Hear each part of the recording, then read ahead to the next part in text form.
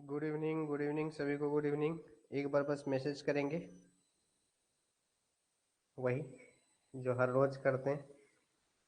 Audio and video clear है। आजकल daily 20 minutes लग जा रहे हैं। मैं एग्जैक्ट टाइम पे ही स्टार्ट कर चुका था, पर एक्चुअली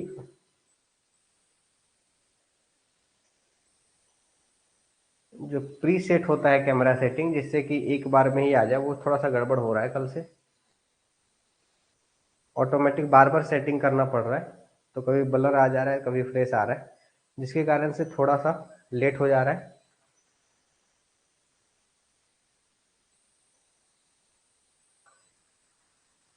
तो good evening all of you again. एक बार मैसेज करेंगे ऑडियो एंड वीडियो क्लियर है या नहीं है, उसके बाद हम लोग आज इस चैप्टर इलेक्ट्रोकेमिस्ट्री चैप्टर को स्टार्ट करेंगे, जिसमें हम लोग न्यूमेरिकल क्वेश्चन सॉल्व करने के तरीका समझेंगे कि फिजिकल में कैसे जल्दी आसानी से क्वेश्चन सॉल्व करते हैं। ठीक है,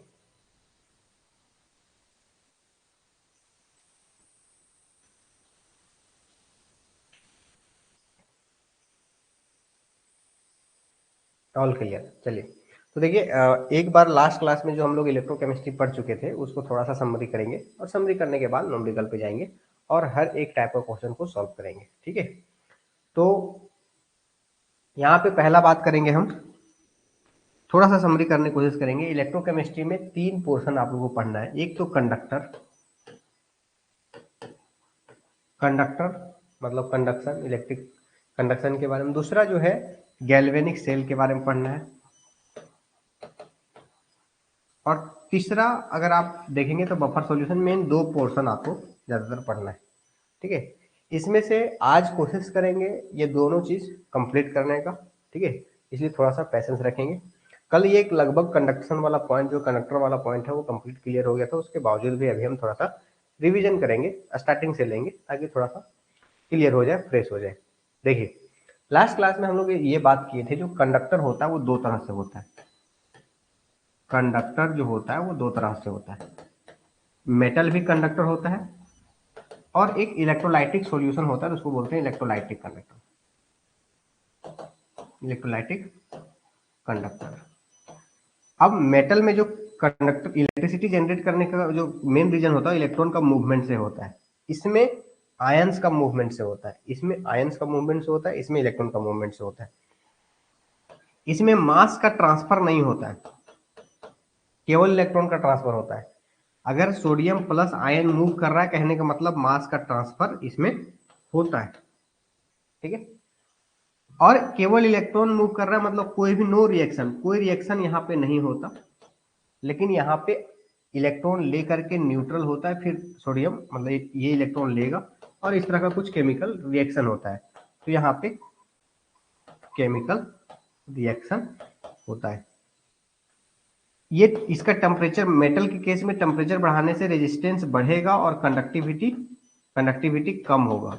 लेकिन इस केस में टेम्परेचर बढ़ाने से रेजिस्टेंस कम होगा और कंडक्टिविटी बढ़ेगा, क्योंकि आयंस का मूवमेंट जो है वो बढ़ेगा, जिसके कारण से कंडक्टिविटी जो है, कंडक्टेंस जो है वो बढ़ेगा। ठीक है, रेजिस्टेंस घटेगा। लेकिन इसमें इलेक्ट्रॉन्स, देखो इसमें ऐसा क्या है कि आयंस मूव करेगा। देखो इसमें आयंस दूर दूर में है, एक नेगेटिव यहाँ है, एक नेगेटिव यहाँ है, लेकिन इसमें मेटल में क्या है, इलेक्ट्रॉन बहुत सामने सामने, बहुत सामने है, जिसके कारण से टेम्परेचर बढ़ाने से ये मूव करना चाहेगा, लेकिन कोलाइड कर जाएगा, रिपल्सन हो जाएगा। जैसे बहुत भीड़ है, और बहुत भीड़ में कोई बहुत तेजी से गाड़ी चलाना चाहेगा, तो क्या हो जाएगा, टकरा जाएगा, गिर जाएगा। अब गिर के उठेगा, फिर से चलाएगा बहुत तेज, फिर गिर जाएगा। तो ओवरऑल क्या हो गया, उसको डिस्टर्बेंस ज्यादा होगा। तो इसलिए टेम्परेचर बढ़ने से इलेक्ट्रॉन का मूवमेंट तो बढ़ता है, लेकिन मूवमेंट के साथ साथ रिपल्सन, एक दूसरे के बीच कोलिजन भी बढ़ जाता है, जिसके कारण से रेजिस्टेंस बढ़ जाता है। लेकिन इसमें टेम्परेचर बढ़ने से, अगर पूरा खाली एरिया है, पूरा ग्राउंड है, वहां पे आप चल, आयंस बहुत दूर दूर में, ठीक है, आयंस बहुत दूर दूर में, बहुत सामने सामने नहीं है। ऐसा नहीं कि केवल आयंस है, पानी के बीच, जैसे मैं 1 लीटर पानी में थोड़ा सा नमक डाले हो, मतलब आपका पानी ज्यादा है ना, आयंस बहुत कम है। इसका मतलब टेम्परेचर बढ़ाने से बहुत फास्ट मूव करेगा, इसमें रिपल्सन नहीं होगा। तो फास्ट मूव करने की वजह से रेजिस्टेंस कम हो जाएगा, डिस्टर्बेंस कम होगा, और आपका कंडक्टेंस क्या होगा, ज्यादा होगा। तो ये जनरली समझी था। देखिए इसमें मेन कारण इलेक्ट्रॉन होता है, इसमें मेन कारण आयंस होता है। इसमें कोई भी मास ट्रांसफर नहीं होता है, इसमें मास ट्रांसफर होता है। इसमें कोई भी रिएक्शन नहीं होता है, इसमें रिएक्शन होता है। इसमें टेम्परेचर बढ़ाने से रेजिस्टेंस बढ़ता है, इसमें टेम्परेचर बढ़ाने से रेजिस्टेंस घटता है। ठीक है। दूसरा यहाँ पे जो कंसेप्ट था वो ये था कि फार्मूला, जैसे रेजिस्टेंस,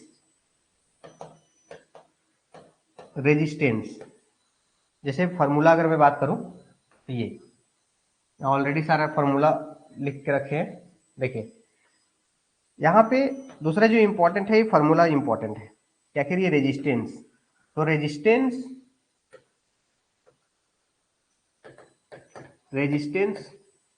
ठीक है, इसको बोलते हैं रेजिस्टिविटी। या तो इसी को बोलते हैं स्पेसिफिक रेजिस्टेंस। इसको बोलते हैं कंडक्टेंस, और इसको बोलते हैं कंडक्टिविटी या तो फिर स्पेसिफिक कंडक्टेंस।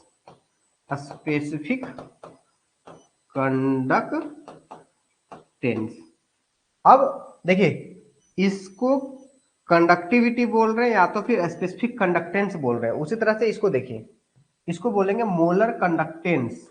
देखिए मोलर कंडक्टेंस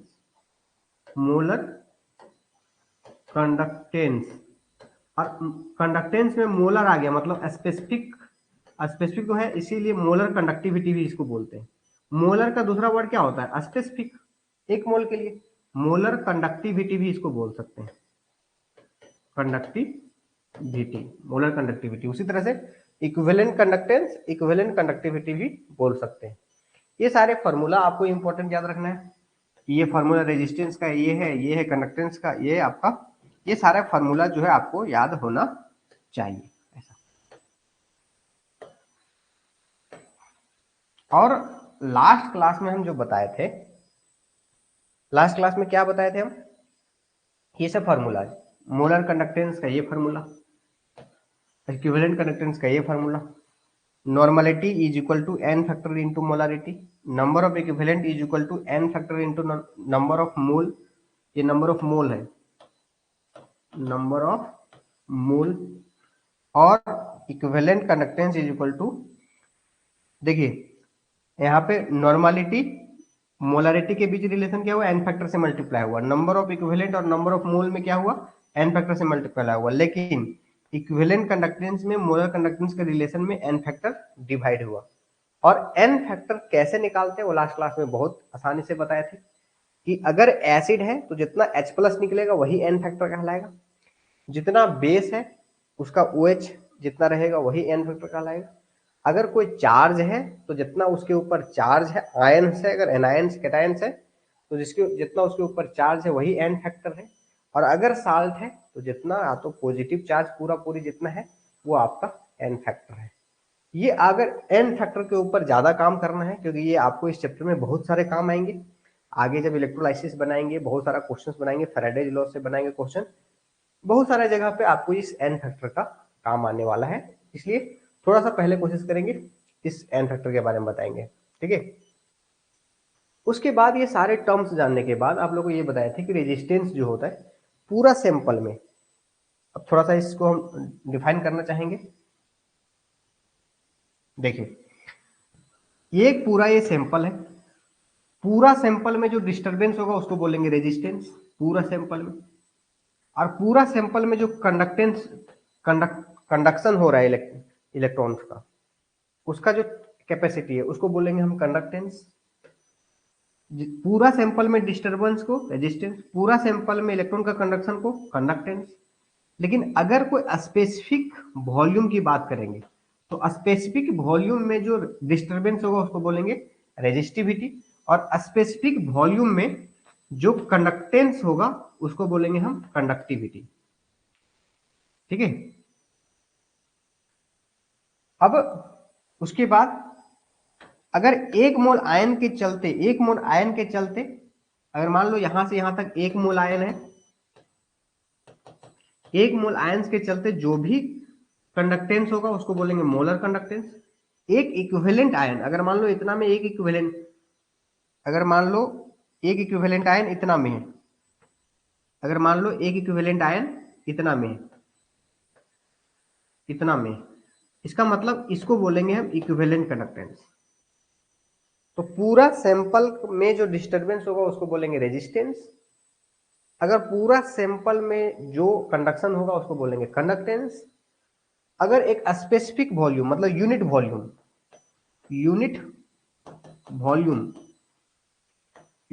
वॉल्यूम में जो डिस्टरबेंस होगा उसको बोलेंगे रेजिस्टिविटी, और यूनिट वॉल्यूम में जो कंडक्शन होगा उसको बोलेंगे कंडक्टिविटी, और एक मोल आयन के लिए जो कंडक्शन होगा उसको बोलेंगे मोलर कंडक्टेंस, और अगर एक इक्विवेलेंट आयंस का जो कंडक्शन होगा उसको बोलेंगे इक्विवेलेंट कंडक्टेंस। ठीक है, ये ओवरऑल लास्ट क्लास का समरी था। उसके बाद इस सारे टर्म्स को एक्सप्लेन करने के लिए कि आखिर ये जो कंडक्शन है किस किस चीज पे डिपेंड करेगा। कंडक्टेंस जो है, कंडक्टेंस जो है वो किस किस चीज पे डिपेंड करेगा। भाई कंडक्शन होना है मतलब आयंस का मूवमेंट होना है, इलेक्ट्रॉन्स ज्यादा मूव करेगा, आयंस ज्यादा मूव करेगा, तो ज्यादा नंबर ऑफ आयंस रहेगा तो ज्यादा कंडक्शन होगा, और या तो ज्यादा फास्ट, जैसे मान लो कि एक जगह से दूसरे जगह अगर सामान शिफ्ट करना है तो भाई 10 गाड़ी रखोगे तो जल्दी जाएगा, 20 गाड़ी रखोगे तो और ज्यादा सामान जाएगा, 40 गाड़ी रखोगे तो और ज्यादा जाएगा, और बहुत फास्ट फास्ट ट्रांसफर करोगे एक दिन में, मान लो एक दिन में अगर 10 गाड़ी 10 बार एक बार गया तो 10 गाड़ी गया टोटल। लेकिन दूसरा केस में क्या हुआ, एक दिन में दूसरा केस में दूसरा गाड़ी ऐसा है कि एक दिन में क्या कर रहा है कि 2 बार ट्रिप कर ले रहा है 10 गाड़ी, तो 10 दूना 20 हो गया, तो ओवरऑल ज्यादा सामान चला जाएगा। तो कहने का मतलब आपको दो चीज चेक करना है, नंबर ऑफ आयंस कहाँ ज्यादा है, नंबर ऑफ आयंस कहाँ ज्यादा है और ज्यादा फास्ट कहाँ है। तो टेम्परेचर बढ़ाएंगे तो टेम्परेचर बढ़ाने से आयन सेम रहेगा, लेकिन टेम्परेचर जितना टेम्परेचर ज्यादा रहता है आयंस फास्ट मूव करता है। आप देखते हो ना, पानी ऐसे छोड़ दो ठंड में तो ऐसे ही रहेगा, गर्म करो तो मूव करने लगेगा, पानी को मूव करने लगता है। उसी तरह से किसी भी आयंस में देखोगे जितना ज्यादा गर्म करोगे उतना ज्यादा क्या होता है, वो फास्ट मूव करता है। तो टेम्परेचर बढ़ाएंगे, टेम्परेचर बढ़ाने से क्या होगा, नंबर ऑफ आयन सेम रहेगा लेकिन मोबिलिटी बढ़ जाएगा, मोबिलिटी मतलब मूवमेंट बढ़ जाएगा, मूवमेंट बढ़ जाएगा, इसका मतलब ये है कि कंडक्टेंस बढ़ जाएगा। चलो दूसरा चीज देख लेते हैं। अगर विस्कोसिटी की बात करते हैं, अगर हम विस्कोसिटी, विस्कोसिटी किसका, सॉल्यूशन सैंपल का। विस्कोसिटी मतलब होता है कि एक लेयर और दूसरे लेयर के बीच का फोर्स कितना लग रहा है, विस्कस फोर्स बोलते हैं। अगर मान लीजिए ये बहुत टाइट पकड़ लिए तो इसका मतलब ये हाथ और ये हाथ के बीच बहुत ज्यादा फोर्स लगा हुआ है, तो ये दोनों के बीच इतना फोर्स है कि इसको मूव नहीं करने दे रहा है, मतलब ये दोनों लेयर के बीच अट्रैक्शन फोर्स ज्यादा है, इसको बोलते हैं विस्कस फोर्स।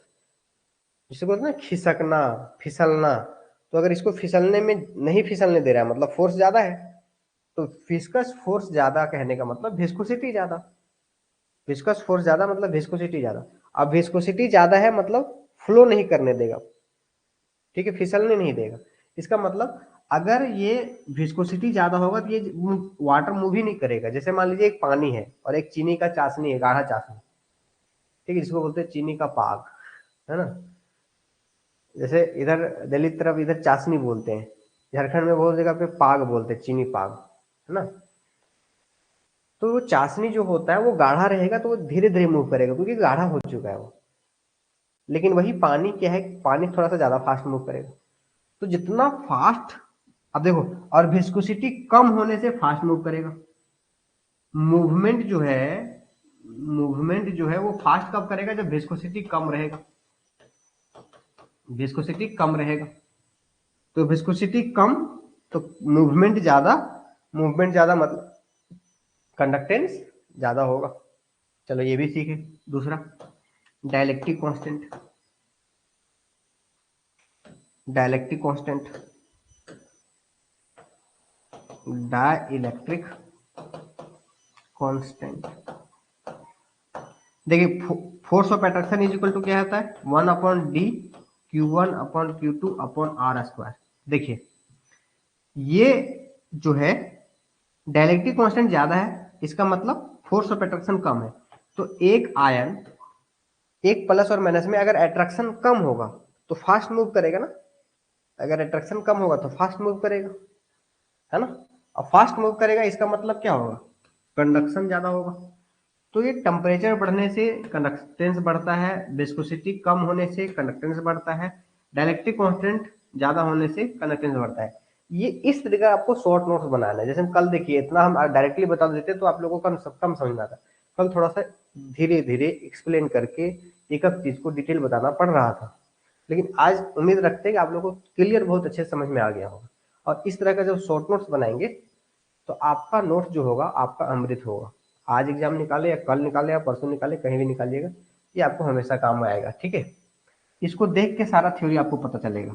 और डाइल्यूशन करने के बाद, ऑन डाइल्यूशन, डाइल्यूशन करने के बाद आप लोगों को लास्ट में बताए थे कंडक्टेंस बढ़ता है, मोलर कंडक्टेंस बढ़ता है, इक्विवेलेंट कंडक्टेंस बढ़ता है, केवल कंडक्टिविटी कम होता है, केवल कंडक्टिविटी कम होता है। क्यों, देखिए अगर एक सैंपल में इस तरह से आयन है ऐसा, और डाइल्यूशन कर दिए मतलब पानी ज्यादा रख दिए, आयंस कम हो गया, तो पर यूनिट वॉल्यूम जो है, पर यूनिट वॉल्यूम जो है,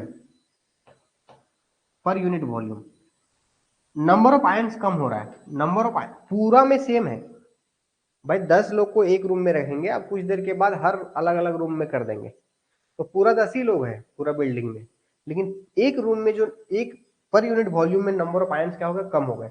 और पर यूनिट वॉल्यूम में ही हम देखते हैं कंडक्टिविटी को, तो पर यूनिट वॉल्यूम में आयंस की संख्या कम हो गए, अगर आयंस के नंबर कम हो गए मतलब कनेक्टिविटी कम हो जाएगा। लेकिन कंडक्टेंस पूरा सैंपल के लिए, और पूरा सैंपल में आयन सेम है, आयंस क्या है, सेम है, पूरा सैंपल में सेम है, लेकिन एरिया ज्यादा होने से ज्यादा मूव फास्ट कर रहा है, तो नंबर ऑफ आयंस सेम है और मूव जल्दी कर रहा है, इसका मतलब कंडक्टेंस बढ़ गया। क्यों बढ़ गया, क्योंकि मोबिलिटी बढ़ रहा है, मोबिलिटी ऑफ आयंस क्या हो रहा है, बढ़ रहा है। मोलर कंडक्टेंस मतलब एक मोल आयन तो फिक्स है, चाहे इतना में रख लो, एक रूम में रख लो, या तो 10 रूम में रख लो, या तो 20 रूम में रख लो, एक मोल आयन इसमें चाहिए। तो नंबर ऑफ आयन सेम है मतलब मोबिलिटी चेक करो, तो मूवमेंट फास्ट हो गया, इसका मतलब ये भी बढ़ेगा। इक्विवेलेंट कंडक्टेंस मतलब एक इक्विवेलेंट आयंस तो फिक्स है, इसका मतलब क्या है कि एक equivalent number of ion fix है, तो मोबिलिटी चेक करो, मोबिलिटी बढ़ गया मतलब ये भी बढ़ जाएगा। तो हम ओवरऑल कंडक्टेंस अगर चेक कर रहे हैं ना ये सारे टर्म्स, तो बस आपको ये चेक करना है कि दो चीज, नंबर ऑफ आयंस कितना है और उसका मूवमेंट कितना है, दो एक की पॉइंट है ये। अगर इस पॉइंट से देखेंगे, अगर इस चीज को अगर याद रह गया, तो ये सारा कहीं ना कहीं आपको कोरिलेट करता है और एग्जाम में आपका क्वेश्चन क्लिक हो जाएगा। ये याद रहेगा नहीं रहेगा, लेकिन ये जो की पॉइंट है कम से कम इतना याद रहना चाहिए कि कंडक्टेंस ज्यादा नंबर ऑफ आयंस रहेगा तो ज्यादा होगा, ज्यादा मूवमेंट ऑफ आयंस रहेगा तो ज्यादा होगा, ठीक है।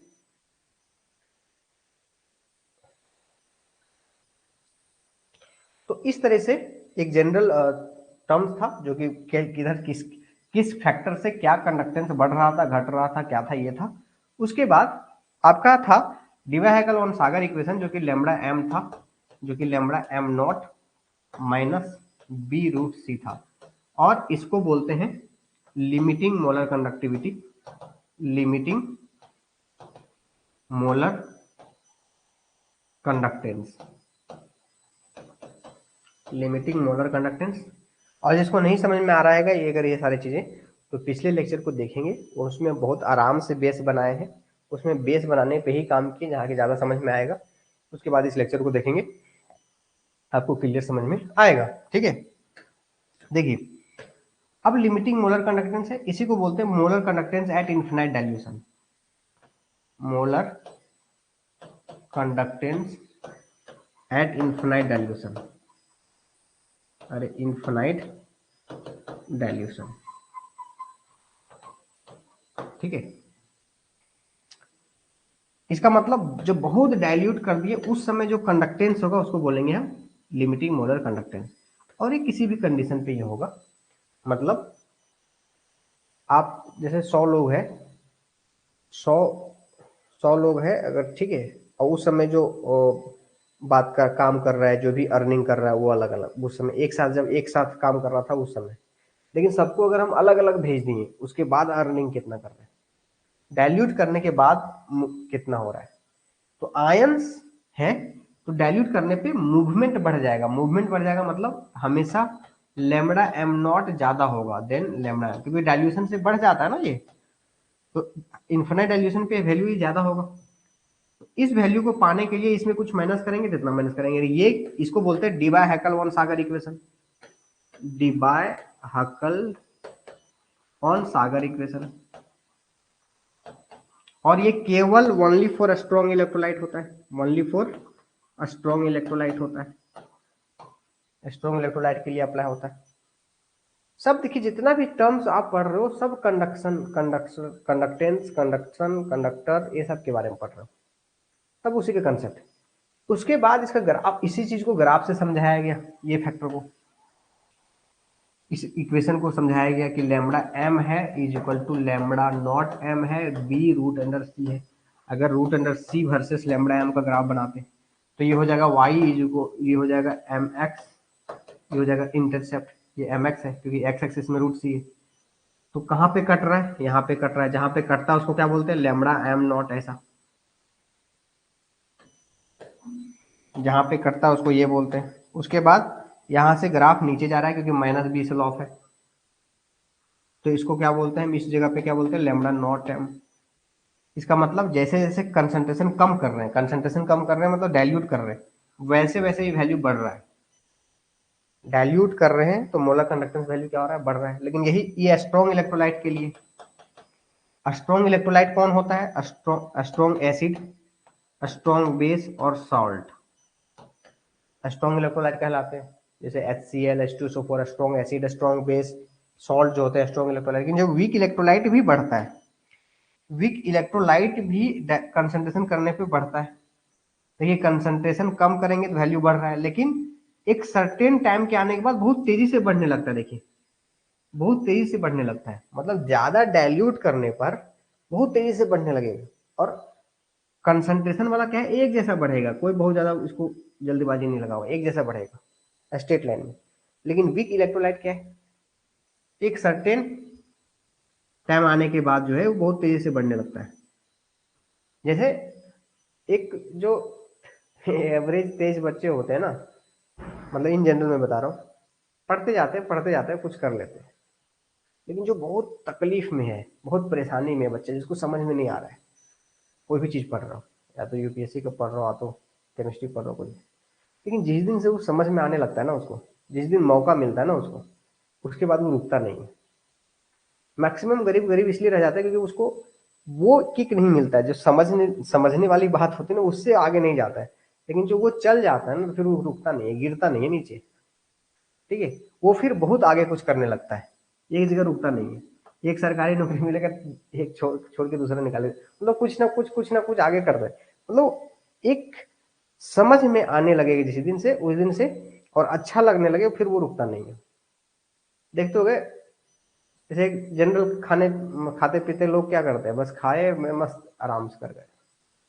तो वैसा ही यहाँ पे क्या है कि वीक इलेक्ट्रोलाइट जैसे ही डाइल्यूट कर दिया एक सर्टेन लिमिट के बाद, उसमें आयंस बहुत तेजी से टूट गया।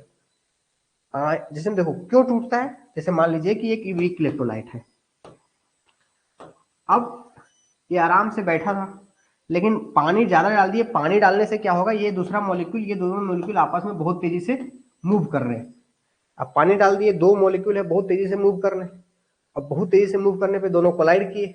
अब दोनों कोलाइड करेंगे, अगर ये दोनों कोलाइड करेंगे तो ये टूट जाएंगे, माइनस हो जाएगा प्लस हो जाएगा, और ये भी टूट जाएगा, CH3 C+O माइनस और H प्लस। भाई पहले जहां जीरो आयन था अब हो गया 4, पहले जीरो आयन था अब हो गया 4। तो एक सर्टेन टाइम आने के बाद इतना तेजी से टूटने लगेगा, इतना तेजी से कोलिजन होने लगेगा, इतना तेजी से टूटने लगेगा कि बहुत तेजी से बढ़ने लगेगा। और स्ट्रॉन्ग के केस में क्या था, पहले से टूटा हुआ था, पहले से टूटा हुआ था, ठीक है। तो पहले से टूटा हुआ था, बस जितना, जैसे एक सरकारी नौकरी कैसे होता है, बस सैलरी आ गया, पहले से सेटल है वो, 3% इंक्रीमेंट लगेगा साल में, थोड़ा सा बढ़ जाएगा, फिर 3% इंक्रीमेंट मिलेगा, थोड़ा सा बढ़ जाएगा, 3% इंक्रीमेंट थोड़ा सा बढ़ जाएगा, फिर बढ़ जाएगा। लेकिन एक अगर मान लो सपोज एक बहुत स्ट्रगल कर रहा है, कमजोर इंसान है, स्ट्रगल कर रहा है, बिजनेस कर रहा है, एक सर्टेन समय आने के बाद जहां जब उसका बिजनेस फलने फूलने लगेगा तो उसका जो हाइक होगा ना, सीधा हाइक होगा ऐसे, ठीक है। तो यहाँ पे आयंस वीक इलेक्ट्रोलाइट में टूटने लगते हैं डाइल्यूट करने के बाद, जिसके कारण से अचानक एक डाइल्यूशन, एक सर्टेन डाइल्यूशन के बाद बहुत तेजी से बढ़ने लगते हैं। यहाँ से लैंग्वेज बेसिस पे क्वेश्चन बन सकता है कि एक सर्टेन फॉर्म में जो है कंडक्शन बढ़ता है डाइल्यूशन करने पे, स्ट्रॉन्ग इलेक्ट्रोलाइट का या वीक इलेक्ट्रोलाइट, स्ट्रॉन्ग इलेक्ट्रोलाइट का एक सर्टेन लिमिट से बढ़ते जाता है। और जब डाइल्यूशन इन्फिनाइट डाइल्यूशन कर देंगे तो उस समय इन्फिनाइट डाइल्यूशन स्ट्रॉन्ग इलेक्ट्रोलाइट का ये होगा लैम्बडा एम नॉट, और इसका बहुत ज्यादा होगा, ठीक है। तो इस तरह से यहाँ पे आपको समझना था, और ये था आपका जनरल फैक्ट। इसके बाद यही कंडक्शन के बारे में कोलरास लॉ आए।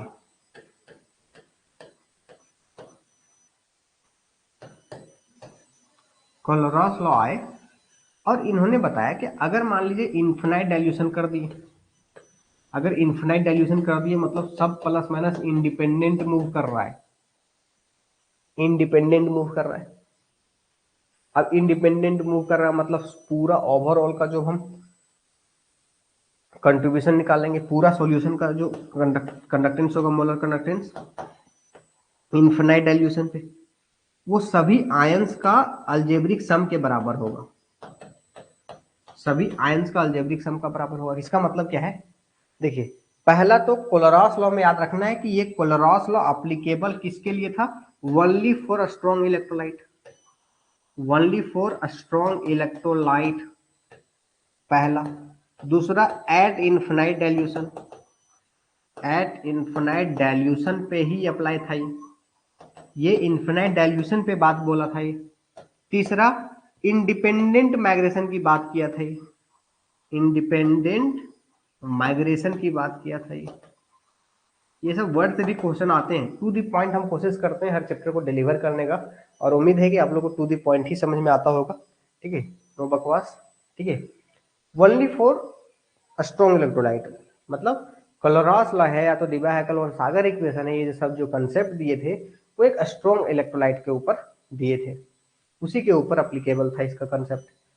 और ये जनरल कंसंट्रेशन पे अप्लाई नहीं था, ये इन्फिनाइट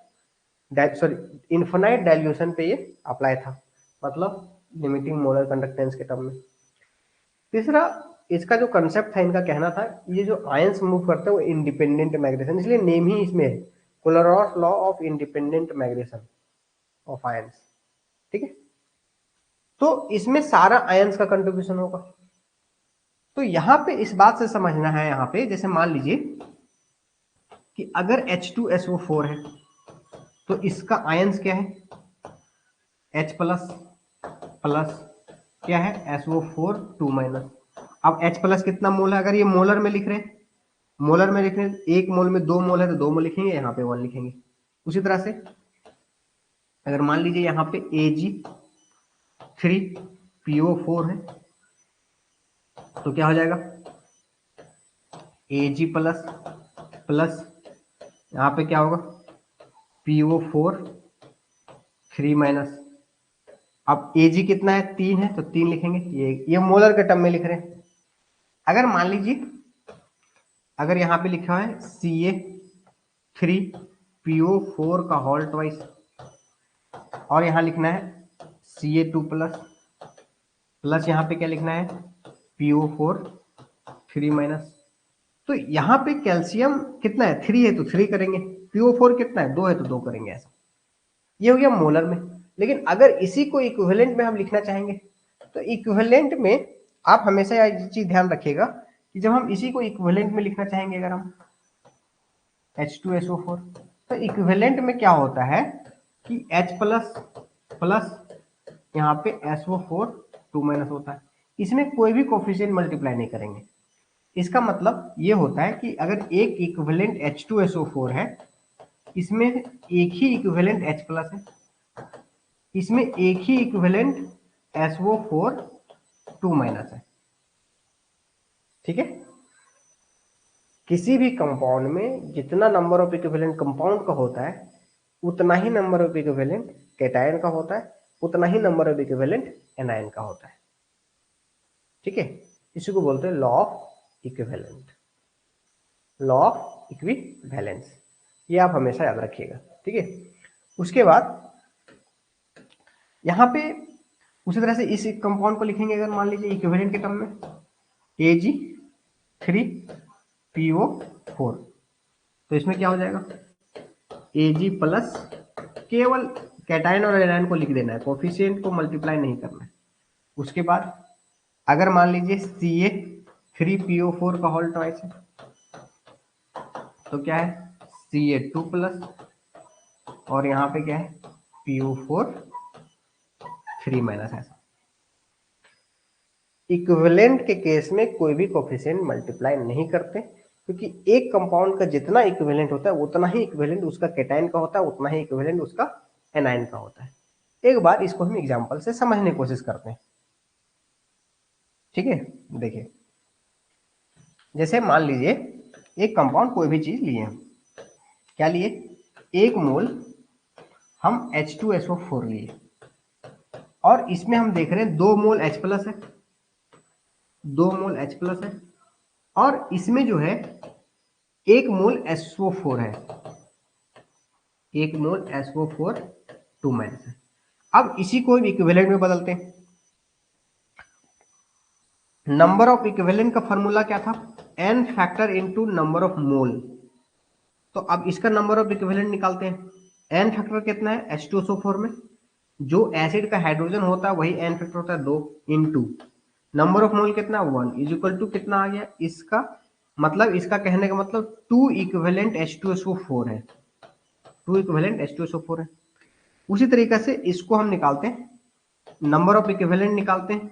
एन फैक्टर कितना है, इस आयन है, आयन का एन फैक्टर कितना होता है 1 इंटू नंबर ऑफ मोल कितना है 2, मतलब इसका भी आ गया 2। इस कंपाउंड का इस आयन का निकालते हैं एन इक्विवेलेंट।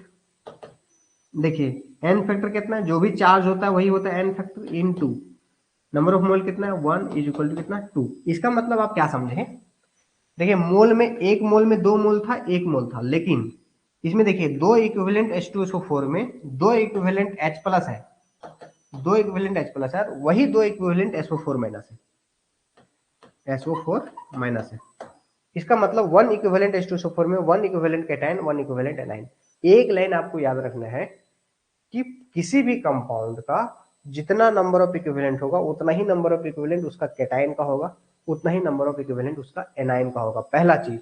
दूसरा चीज, कभी भी कोई रिएक्शन लिख कर रहे हैं आप C+D, किसी भी रिएक्शन में भी जितना इक्विवेलेंट इस कंपाउंड का होगा उतना ही इक्विवेलेंट इस कंपाउंड का होगा, उतना ही इक्विवेलेंट इस कंपाउंड का होगा, उतना ही इक्विवेलेंट इस कंपाउंड का होगा। दो लाइन आपको याद रखना है, एक कंपाउंड का जितना इक्विवेलेंट होगा उतना ही इक्विवेलेंट उसका कैटायन का होगा और उतना ही इक्विवेलेंट उसका एनायन का होगा। पहला एक कंपाउंड के अंदर की बात है, मतलब इस कंपाउंड के अंदर की बात, अगर एक इक्विवेलेंट H2SO4 है मतलब एक इक्विवेलेंट H प्लस है और एक इक्विवेलेंट SO4 2 माइनस है। देखिए दिखता नहीं है इसीलिए डिफिकल्ट होता है, दिख नहीं रहा है इसीलिए डिफिकल्ट है, मोल में बड़ा आराम से दिखता है इसलिए समझ में आ जाता है। लेकिन ये कंसेप्ट को याद रखना है कि एक कंपाउंड का जितना इक्विवेलेंट होगा उतना ही इक्विवेलेंट उसका कैटायन का होगा, उतना ही इक्विवेलेंट उसका एनायन का होगा। दूसरा लॉ ऑफ इक्विवेलेंट कहता है कि किसी भी केमिकल रिएक्शन में अगर किसी एक कंपोनेंट का इक्विवेलेंट 1 है तो सबका 1 होगा, अगर किसी एक रिएक्शन में इसका इक्विवेलेंट 2 है तो सबका 2 होगा।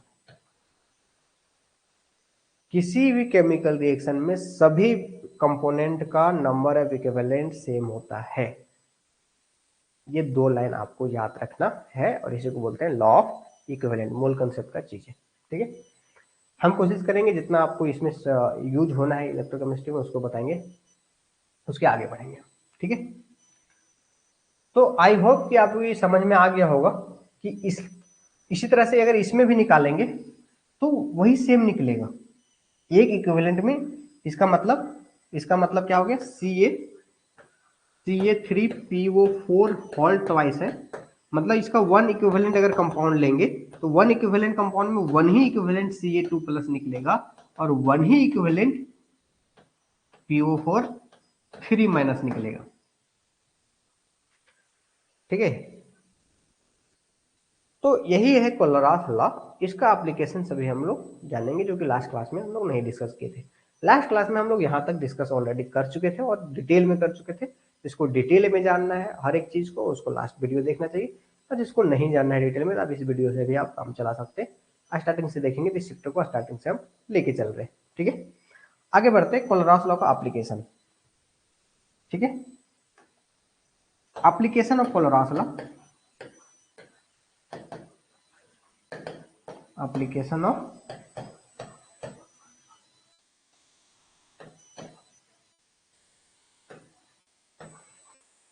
क्लोरास लॉ का एप्लीकेशन। तो पहला जो है calculation of lambda naught m for weak electrolyte. देखिए, वीक इलेक्ट्रोलाइट जैसे क्या है कि ऊपर में केवल स्ट्रॉन्ग के लिए दिया था, लेकिन उस स्ट्रॉन्ग के मदद से हम वीक का निकाल लेते हैं। ठीक है, स्ट्रॉन्ग का मदद से हम वीक को निकाल लेते हैं। ठीक है, जैसे सब पूछेंगे सरकार का क्या योगदान होना चाहिए। सरकार का योगदान होना चाहिए कि गरीब लोगों को सेवा करना चाहिए, लेकिन उल्टा करते हैं सरकार लोग। गरीब लोग को, अमीर लोगों को सेवा करते हैं। अरे सरकार का एक्चुअल रूप क्या है कि जो अमीर लोग है उससे टैक्स लो, उसको बांटो, लेकिन इनडायरेक्टली अमीर लोग को और बिजनेस दो। टैक्स तो ले ही रहा है, लेकिन बिजनेस दो और बिजनेस दो। ठीक है, तो इसी तरह से यहाँ पे इसका क्या है कि स्ट्रॉन्ग का मदद से हम वीक का निकालेंगे। यहाँ पे स्ट्रॉन्ग का मदद से वीक का हम निकालेंगे। ठीक है, कैसे निकालेंगे? देखिए, हम बहुत शॉर्ट तरीके से बताना है। जैसे मान लीजिए कुछ दिया हुआ है, जैसे दिया हुआ है CH3COO Na का दिया हुआ है। इसका दिया हुआ है मान लीजिए x1 वैल्यू सब मोलर में। अगर दूसरा क्या है, HCl का दिया हुआ है, क्या दिया हुआ है x2, और NaCl का दिया हुआ है, क्या दिया हुआ है x3, और आपको निकालना है किसका, CH3COOH, इसका निकालना है। क्या है भाई, निकालना है। तो आप देखिए निकालने वाला पे फोकस कीजिए। सबसे पहले लिखिए निकालने वाला को, CH3COOH, इसको निकालना है। अब इसमें देखिए क्या क्या है, कैटायन, ये पूरा नेगेटिव है और ये दो पार्ट है ना, नेगेटिव और पॉजिटिव को देखिए, और जो जो जहां है उसको लिखिए। देखिए ये वाला पार्ट यहां मिल गया और H था यहां मिल गया, मतलब जो जो मिल गया इसको ऐड कीजिए। COONA, इसको ऐड करना है, प्लस दूसरा को भी ऐड करना है, दूसरा को भी ऐड करना है। देखिए ये दोनों मिल गया, और NaCl इसमें था ही नहीं, मतलब इसको माइनस करना है, इसमें माइनस करना है। जिसको नहीं यूज, हमें चाहिए ये दोनों, और जो चाहिए उसको प्लस करना है, जो नहीं चाहिए उसको माइनस करना है। यही है की पॉइंट, जो चाहिए हमें प्लस, जो नहीं चाहिए माइनस। ठीक है, जो हमें पसंद है वो दोस्त, नहीं पसंद है दुश्मन भी नहीं, कोई दोस्त नहीं। ठीक है, दोस्त नहीं मतलब दुश्मन, ऐसा कुछ नहीं है। देखिए अब यहाँ पे देखिए, आपको CH3COO कितना चाहिए, एक ही है। H कितना चाहिए, एक ही है। और निकलने वाला क्या है, एक Na और एक Cl, एक Na एक Cl हो गया। तो इसका वैल्यू कितना था, x1 था प्लस x2 था माइनस x3 है, हो गया आंसर। अरे आप डायरेक्टली यहीं पे, अगर मान लो यहाँ पे 200 है, यहाँ पे 300 है, यहाँ पे 100 है, तो डायरेक्ट करेंगे ना। देखो डायरेक्ट इसको बनाना है, अब डायरेक्ट कितना जल्दी बन जाएगा एग्जाम में। देखो इसको रखना है तो इसको प्लस 200, प्लस H को रखना है इसको प्लस 300, इसको माइनस 100, 300 दो 500 और 100 हो गया, 400 हो जाएगा आंसर। 400 हो जाएगा आंसर, मतलब जिसको रखना है उसको रखो, जिसको नहीं रखना है उसको माइनस करो। आगे एग्जाम्पल, ठीक है। जैसे मान लीजिए BaSO4 का वैल्यू दिया हुआ है x1, ठीक है, और दूसरा H2SO4 का दिया हुआ है x2, और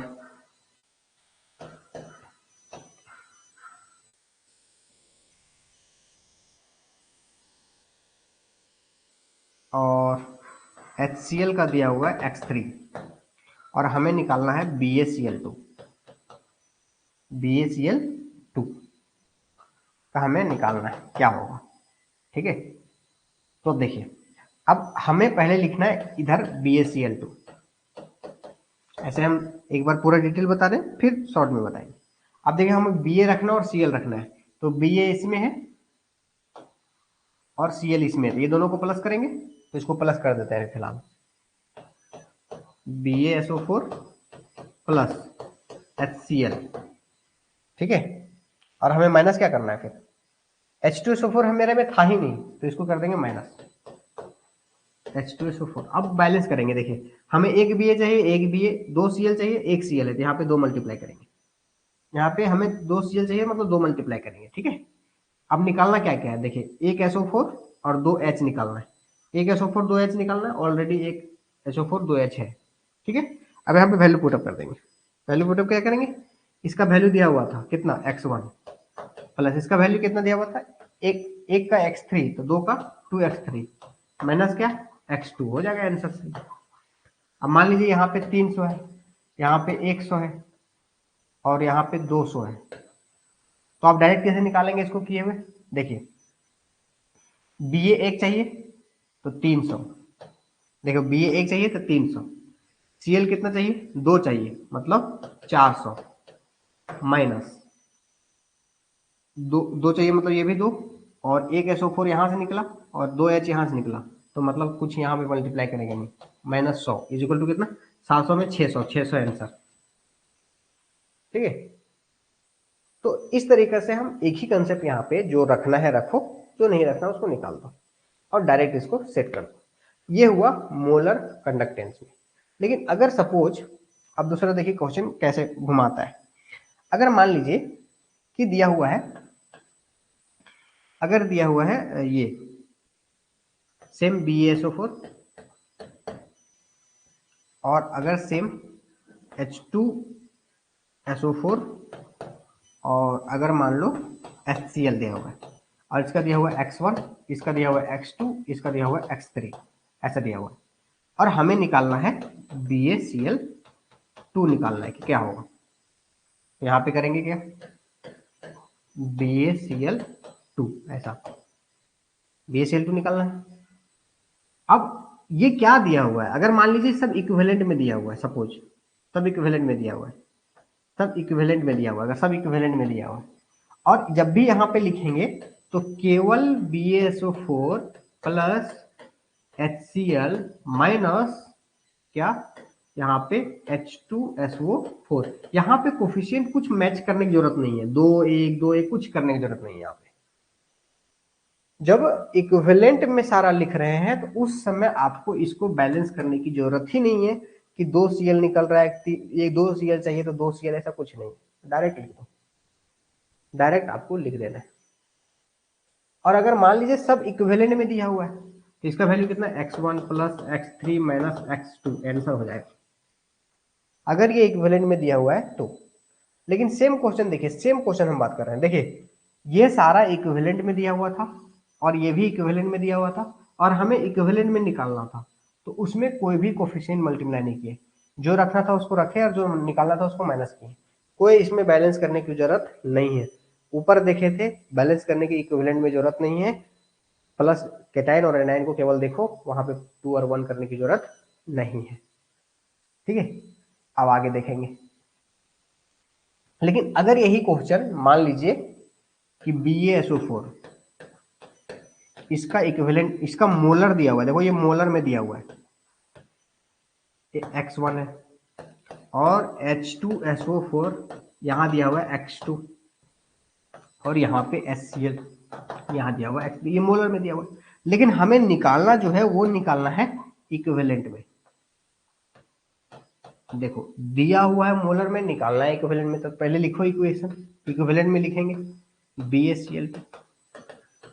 BaSO4 plus HCl minus H2SO4, हम सब इक्विवेलेंट में लिखें। अब हम इक्विवेलेंट में हमें चाहिए सब ना, सब इक्विवेलेंट में चाहिए हमें, क्योंकि इक्विवेलेंट निकालना, सब इक्विवेलेंट में पुटअप करें, इक्विवेलेंट में निकालना है तो इक्विवेलेंट में चाहिए, लेकिन सबका वैल्यू मोलर में दिया हुआ है, तो आपको पता है कि इक्विवेलेंट में निकालने का फॉर्मूला क्या है, जो भी मोलर दिया हुआ उसमें n फैक्टर मल्टीप्लाई कर दो, जो भी मोलर दिया हुआ उसको n फैक्टर से मल्टीप्लाई कर दो। तो देखो इसका मोलर कितना दिया हुआ है x1 और इसका n फैक्टर कितना है BaSO4 में, BaSO4 में टोटल पॉजिटिव चार्ज कितना है 2, तो हो जाएगा 2 प्लस HCl का मोलर इक्विवेलेंट कितना दिया हुआ है x3, n फैक्टर कितना है, एसिड है, एसिड में H जितना होता है वही n फैक्टर माइनस H2SO4 का मोलर कितना दिया हुआ है x2 divided by n factor कितना है, एसिड में जितना हाइड्रोजन होता है निकलने वाला हाइड्रोजन उसी को बोलते हैं n फैक्टर। तो ये हो जाएगा answer x1 divide by 2 plus x3 minus x2 divide by 2। अगर यहाँ पे वैल्यू रहेगा तो x1 x2 x3 की जगह वैल्यू लिखेंगे, यहाँ पे और सारा क्वेश्चन करवाने जा रहे। तो ये आपका एप्लीकेशन था कोलरास लॉ का पहला एप्लीकेशन, जिसमें हम लोग वीक इलेक्ट्रोलाइट का हम लोग निकाल लेते हैं, क्या वीक इलेक्ट्रोलाइट का लिमिटिंग मोलर कंडक्टेंस या तो इक्विवेलेंट कंडक्टेंस निकाल लेते हैं। दूसरा एप्लीकेशन ये है सारा वीक के लिए, एक चीज याद रख लीजिएगा, स्ट्रॉन्ग का तो डायरेक्ट निकाल लिए, तो अब वीक का निकाल लेंगे। तो एक लाइन याद रखिएगा कि जो कोलरास लॉ का एप्लीकेशन था वीक के लिए था, कमजोर के लिए, जैसे सरकार एक्चुअली होना चाहिए कमजोर के लिए, ठीक है, कि अगर उसको न्याय नहीं मिल रहा है तो उसको न्याय देना चाहिए, लेकिन ऐसा होता नहीं है जनरली, ठीक है। गवर्नमेंट का रूप मतलब ही होता है कि आप जो नहीं कर पा रहे उसको मदद करना, है ना। देखिए उसी तरह से यहाँ पे एप्लीकेशन कहने का मतलब है कोलरास लॉ का एप्लीकेशन था वीक इलेक्ट्रोलाइट के लिए निकालना। तो वीक इलेक्ट्रोलाइट का डिग्री ऑफ डिसोसिएशन निकालना, डिग्री ऑफ डिसोसिएशन निकालना।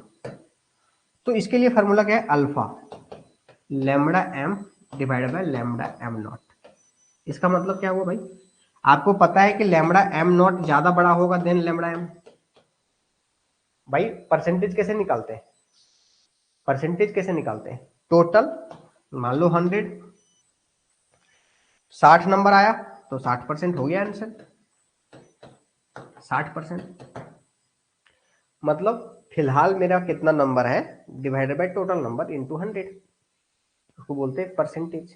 फ्रैक्शन कैसे निकालते हैं, अपना number divide by total number, उसको बोलते हैं फ्रैक्शन, है ना। तो यहाँ पे क्या है कि ये इन्फिनाइट कहने का मतलब पूरा टूट गया हो, जब इन्फिनाइट डाइल्यूशन मतलब जब सब आयन टूट गया हो, सब पॉजिटिव नेगेटिव टूट गया हो, तो molar conductance at infinite dilution मतलब टोटल, जब पूरा टूट गया मतलब टोटल। और जिस कंसंट्रेशन पे निकाल रहे हैं मतलब जिस कंसंट्रेशन पे निकाल रहे हैं उस समय कितना आयंस है, उसका कंडक्शन कितना है। भाई जितना आयंस रहेगा उतना कंडक्शन रहेगा, आयंस कम कंडक्शन कम, तो ये वैल्यू कम ये पूरा ज्यादा, मतलब सबसे ज्यादा कंडक्शन यही हो सकता है इन्फिनाइट डाइल्यूशन पे, मतलब सब टोटल वैल्यू इनटू इसको बोलते हैं डिग्री ऑफ डिस्ट्रीब्यूशन, यही बोलेंगे परसेंटेज डिग्री ऑफ डिस्ट्रीब्यूशन तो इनटू 100 कर देंगे। तो ये भी फॉर्मूला इंपॉर्टेंट है। तीसरा फॉर्मूला ये है कि जब भी कोई इलेक्ट्रोलाइट अगर मान लीजिए H और A है, सपोज H और A है, आप लोग ओस्टवाल डाइल्यूशन पढ़े होंगे, ओस्टवाल डाइल्यूशन लॉ, कि जैसे जैसे डाइल्यूट करते हैं ना वैल्यू, जैसे जैसे जैसे डाइल्यूट कर दे, जैसे ओस्टवाल डाइल्यूशन, तो यही ओस्टवाल डाइल्यूशन लॉ इसी को तो कहते हैं कि जैसे जैसे डाइल्यूट करते जाते हैं वैसे वैसे डिसोसिएशन बढ़ता जाता है, टूटने वाला जो फेनोमेनन होता है वो बढ़ता चला जाता है। अब डिसोसिएशन जैसे जैसे बढ़ता चला जाएगा वैसे ही आपका जो है कंडक्शन बढ़ता चला जाएगा। जैसे अगर मान लीजिए H प्लस और A प्लस है, A माइनस, ऐसा अगर मान लीजिए पहले कंसंट्रेशन का C था तो उसमें इसका 0 0 था, जब इसमें कंसंट्रेशन कम हो गया, जैसे मान लीजिए 1 में से अल्फा निकल गया तो C में से कितना निकला, C अल्फा C अल्फा। तो इसका इक्विलिब्रियम कांस्टेंट कैसे निकालते हैं, equilibrium constant is equal to C alpha into C alpha, क्योंकि इसका कंसंट्रेशन इंटू इसका कंसंट्रेशन डिवाइडेड बाय इसका कंसंट्रेशन C 1 माइनस अल्फा। तो यहाँ पे डिसोसिएशन कांस्टेंट कैसे निकालेंगे, K is equal to C का स्क्वायर इंटू अल्फा का square divided by C 1 minus alpha, जो कि ये C से कट जाएगा तो क्या हो जाएगा, K is equal to C alpha square 1 minus alpha, ऐसा। और ये लगभग 1 minus alpha is equal to 1 लिखेंगे, क्योंकि अल्फा बहुत छोटा होता है, बहुत जिस कंसंट्रेशन पे निकाल रहे हैं उस कंसंट्रेशन पे बहुत कम टूटेगा, और बहुत कम टूटेगा, इसका मतलब केवल आप इस इक्वेशन को ऐसे लिख सकते हैं, K equal to C alpha square numerical के लिए। ठीक है, नोमरिकल के लिए K into K equal to C alpha square लिख सकते हैं। ठीक है, अब इसका मतलब क्या है, अगर अल्फा निकालेंगे तो अल्फा के क्या हो जाएगा, के अपॉन सी और रूट अंडर ये। इसका मतलब डिसोसिएशन उतना ही ज्यादा हो रहा है जब कंसंट्रेशन कम है, इसी को बोलते हैं ऑस्टवाल्ड डाइल्यूशन लॉ। भाई जिसको आप प्रैक्टिकली थिंक कर रहे हो उसी को नियम बता दिया उन्होंने, जो उस समय सोचा नहीं जा रहा था। एक देखिए, आइडिया बहुत छोटा चीज है, लेकिन नया आइडिया एक बड़ा कमाल का चीज है। आइडिया बड़ा छोटा चीज है, लेकिन नया आइडिया बड़ा कमाल का है। ठीक है, अब जैसे देखो, पानी में गैस कोई डिजोल्व कर पाएगा, नहीं कर पाएगा, कर ही नहीं पा रहा था। कोई गैस पकड़ के पानी में डिजोल्व कैसे करेगा, नहीं करेगा। तो हेनरी आए और बता दिए प्रेशर लगाओ, प्रेशर से डालो, जितना ज्यादा प्रेशर डालोगे उतना ज्यादा गैस डिजोल्व हो जाएगा। तो अब कोल्ड ड्रिंक का बोतल टाइट होने लगा। जब लोग डाइवर लोग जब पानी में तैराकी करने गया तो वैसा ही टैंक तैयार किया गया जिसमें प्रेशर ज्यादा हो। कहने मतलब उसका एक आइडिया था कि भाई अगर जिसमें पानी में नमक को डालना है, सॉलिड को डालना है, डाल दो। पानी में कोई दारू को डालना है, लिक्विड को डालना है, डाल दो। लेकिन गैस को कैसे डालोगे, ऑक्सीजन पकड़े पानी में नहीं डल रहा है। तो उस समय बहुत साइंटिस्ट लोग को मुश्किल होता था कि आखिर पानी में कोई गैस को कैसे डाल देंगे, कोई लिक्विड में कैसे गैस को मिला सकते हैं। तो हेनरी आए, बोले प्रेशर लगाओ हो जाएगा। तो उसका एक नियम हो गया हेनरी लॉ। तो उसी तरीके से यहाँ पे क्या है, ओस्टवाल्ड डाइल्यूशन कुछ बोला थोड़ी ना, उन्होंने बस इतना ही कंसेप्ट दिया कि भाई डाइल्यूट करोगे तो आयंस का डिसोसिएशन फास्ट होता जाएगा, आयंस का, कंपाउंड का, किसी का भी डिसोसिएशन ज्यादा होता जाएगा। जितना ज्यादा डाइल्यूट करोगे उतना ज्यादा डिसोसिएशन होगा। भाई वो बोला कैसे, प्रूफ में कर दूंगा। बोला प्रूफ करो, तो ये प्रूफ कर दिया कि मान लो कि स्टार्टिंग में जब जब कंप्लीट कुछ पानी डाले ही नहीं थे तो टूटा ही नहीं था। भाई नमक NaCl फॉर्म होता है, जब पानी डालोगे तो Na प्लस अलग होगा, Cl माइनस अलग होगा। तो स्ट्रॉन्ग है इसलिए सब टूट जाता है तुरंत, लेकिन वीक होने से नहीं टूटता है। तो लेकिन जैसे ही कुछ कंसेंट्रेशन कम किए, डाइल्यूट पानी बढ़े, तो इसमें से मान लो एक में से अल्फा निकल रहा है, सी में से कितना निकलेगा, सी अल्फा। और जितना निकलेगा उतना ये बनेगा। सी अल्फा यहाँ से टूट गया तो सी अल्फा, ये सी अल्फा बनेगा। तो कंसंट्रेशन क्या होता है, इसका कंसंट्रेशन, इसको इसका कंसंट्रेशन डिवाइड बाई इसका कंसंट्रेशन। यहाँ सॉल्व करेंगे, डायरेक्ट प्रूफ कर दिया, देखो डिसोसिएशन उतना ही फास्ट होगा जितना कंसंट्रेशन हम कम करेंगे। यही है ऑस्टवाल्ड डाइल्यूशन लॉ। लैंग्वेज में भी पूछ सकता है कि ऑस्टवाल्ड डाइल्यूशन लॉ का मतलब क्या होता है। ऑस्टवाल्ड साइंटिस्ट का माइंड डाइल्यूशन से कुछ टर्म बताए, डाइल्यूशन करने पे डिसोसिएशन बढ़ जाता है। ठीक है, ऑस्टवाल्ड डाइल्यूशन ऐसा नहीं बताए थे कि डाइल्यूशन करने पे कंडक्टेंस बढ़ जाएगा, ध्यान रखिएगा। ऑस्टवाल्ड बताए थे कि डाइल्यूशन करने पे डिसोसिएशन बढ़ जाता है। ये फॉर्मूला 3 है। 3 फार्मूला के हेल्प से हम लोग अब यहाँ पे क्वेश्चन की तरफ आ रहे हैं। एक बार कमेंट लेना चाहेंगे, जो कंडक्शन वाला पार्ट था वो आपका पूरा पूरी कंप्लीट हो गया है। आप लोग एक बार कमेंट करेंगे तो ये सारे टर्म्स से रिलेटेड, सारे कंसेप्ट से रिलेटेड हम लोग न्यूमेरिकल की तरफ चलेंगे। एक बार कमेंट करेंगे क्लियर है या नहीं है, जल्दी से।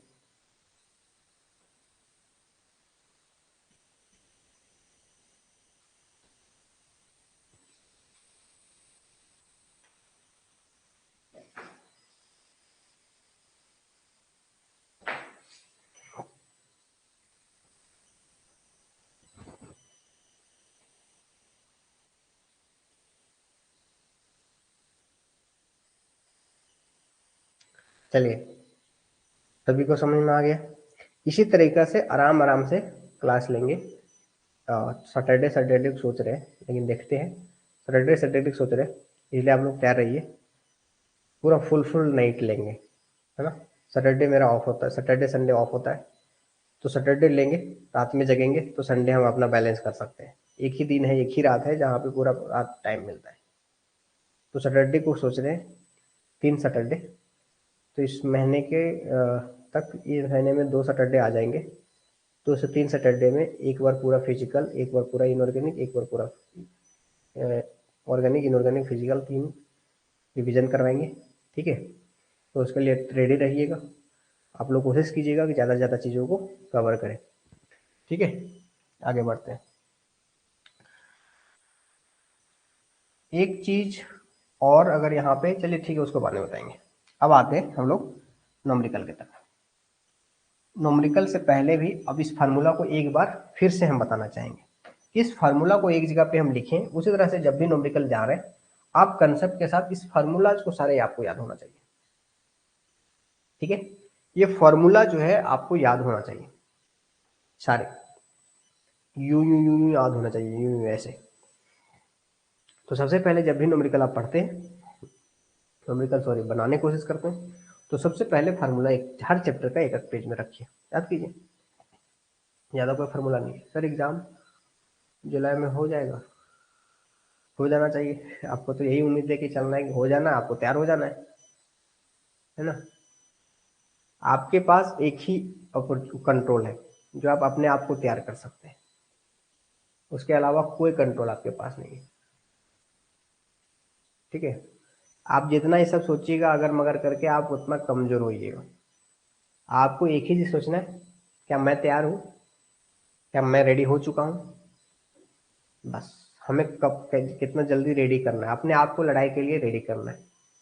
जब होगा होगा ठीक है, नहीं होगा तो भी ठीक है, थोड़ा आगे बढ़ेगा तो भी और अच्छा से रिवीजन करेंगे, लेकिन अपने आप को तैयार रखना है बस।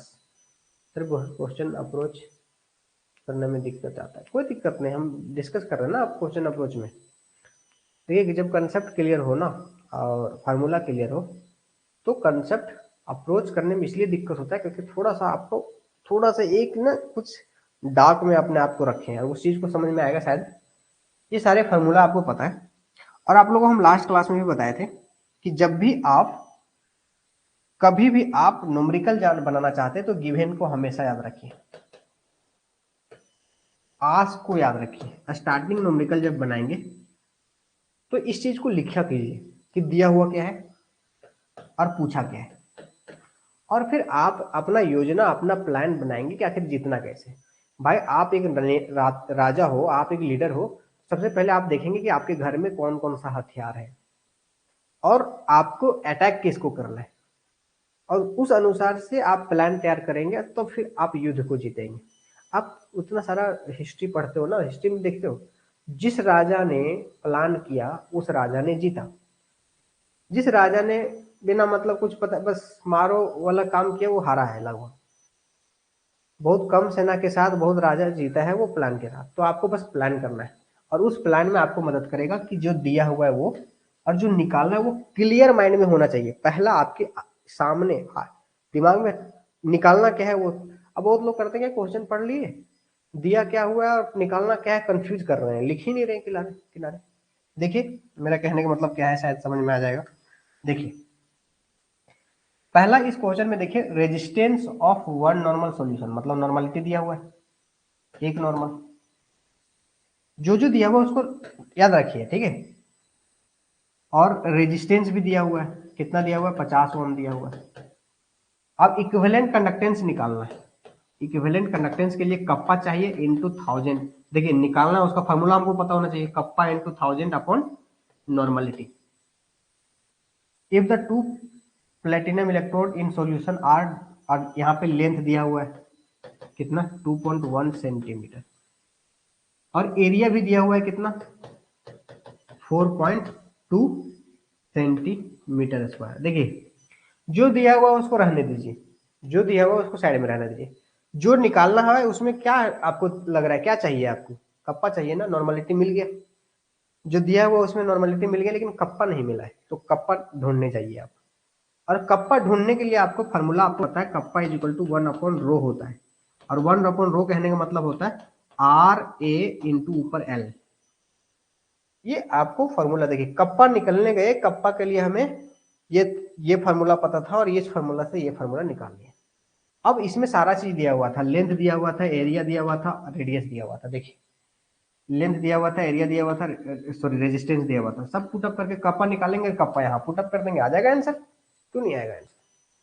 तो सबसे पहले न्यूमेरिकल में सबसे बड़ा मिस्टेक यही होता है कि जो निकालना है उसको नहीं लिखते हैं, उस फार्मूला को मैं क्या डिमांड कर रहा उस चीज को ढूंढने, अब यहाँ पे दिमाग लगाते रहिए क्या निकलेगा, मतलब आपको पता ही नहीं क्या निकालना है। अब इसके बीच में इसके बीच में क्या निकालना है, जब तक इसको लिखेंगे नहीं तब आप कंफ्यूज होते रहिए आप। ठीक है, तो जैसे ही आप इसका जिस चीज को निकालना है उसका फार्मूला आप ढूंढिए कैसे निकालते हैं उसको। और उसका फार्मूला लिखें, फार्मूला आप एक जगह पे पूरा याद रखें, फार्मूला लिखें। अब इसमें क्या चाहिए, कप्पा, कप्पा कहीं नहीं मिल रहा है, कप्पा कैसे निकालते हैं, कप्पा आप ढूंढिए। अब तो ये तुरंत तुरंत कब ढूंढ रहे हैं, जब सब फार्मूला एक जगह पे रहेगा। एक फार्मूला नोट्स का पहला पेज में, एक फार्मूला नोट्स का छठा पेज में, एक फार्मूला मतलब अलग अलग पेज में जब रहेगा तो आपको दिक्कत होगी, ठीक है।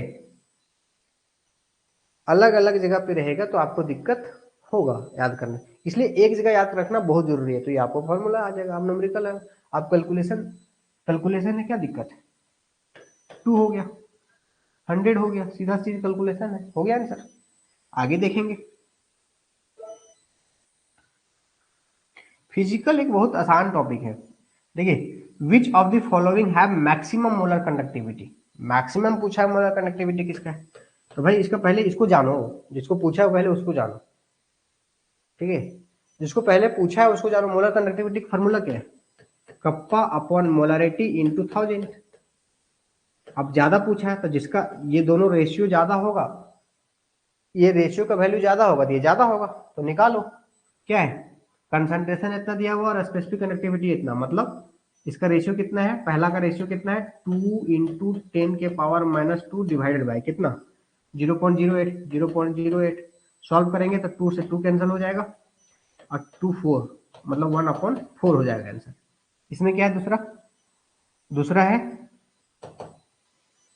कप्पा कितना है 50 डिवाइडेड बाय,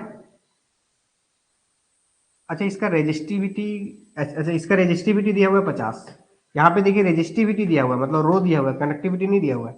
और कनेक्टिविटी निकालने के लिए 1/रो होता है, 1/रो होता है, हमें हमें चाहिए यहाँ पे कप्पा चाहिए, तो कप्पा इज इक्वल टू कितना है 1/50 इंटू, हमें मोलारिटी कितना हुआ है 0.1, तो कितना हो जाएगा, ये पॉइंट हटेगा तो 10 हो जाएगा, 110 1/5, तो बताओ 1/4 ज्यादा है कि 1/5, ठीक है। तो 1/4 ज्यादा मतलब पहला का आंसर। या तो पूरा सॉल्व कर सकते हैं या तो केवल रेशियो निकाल के चेक कर सकते हैं, क्योंकि दोनों में सेम है 1000 है ना।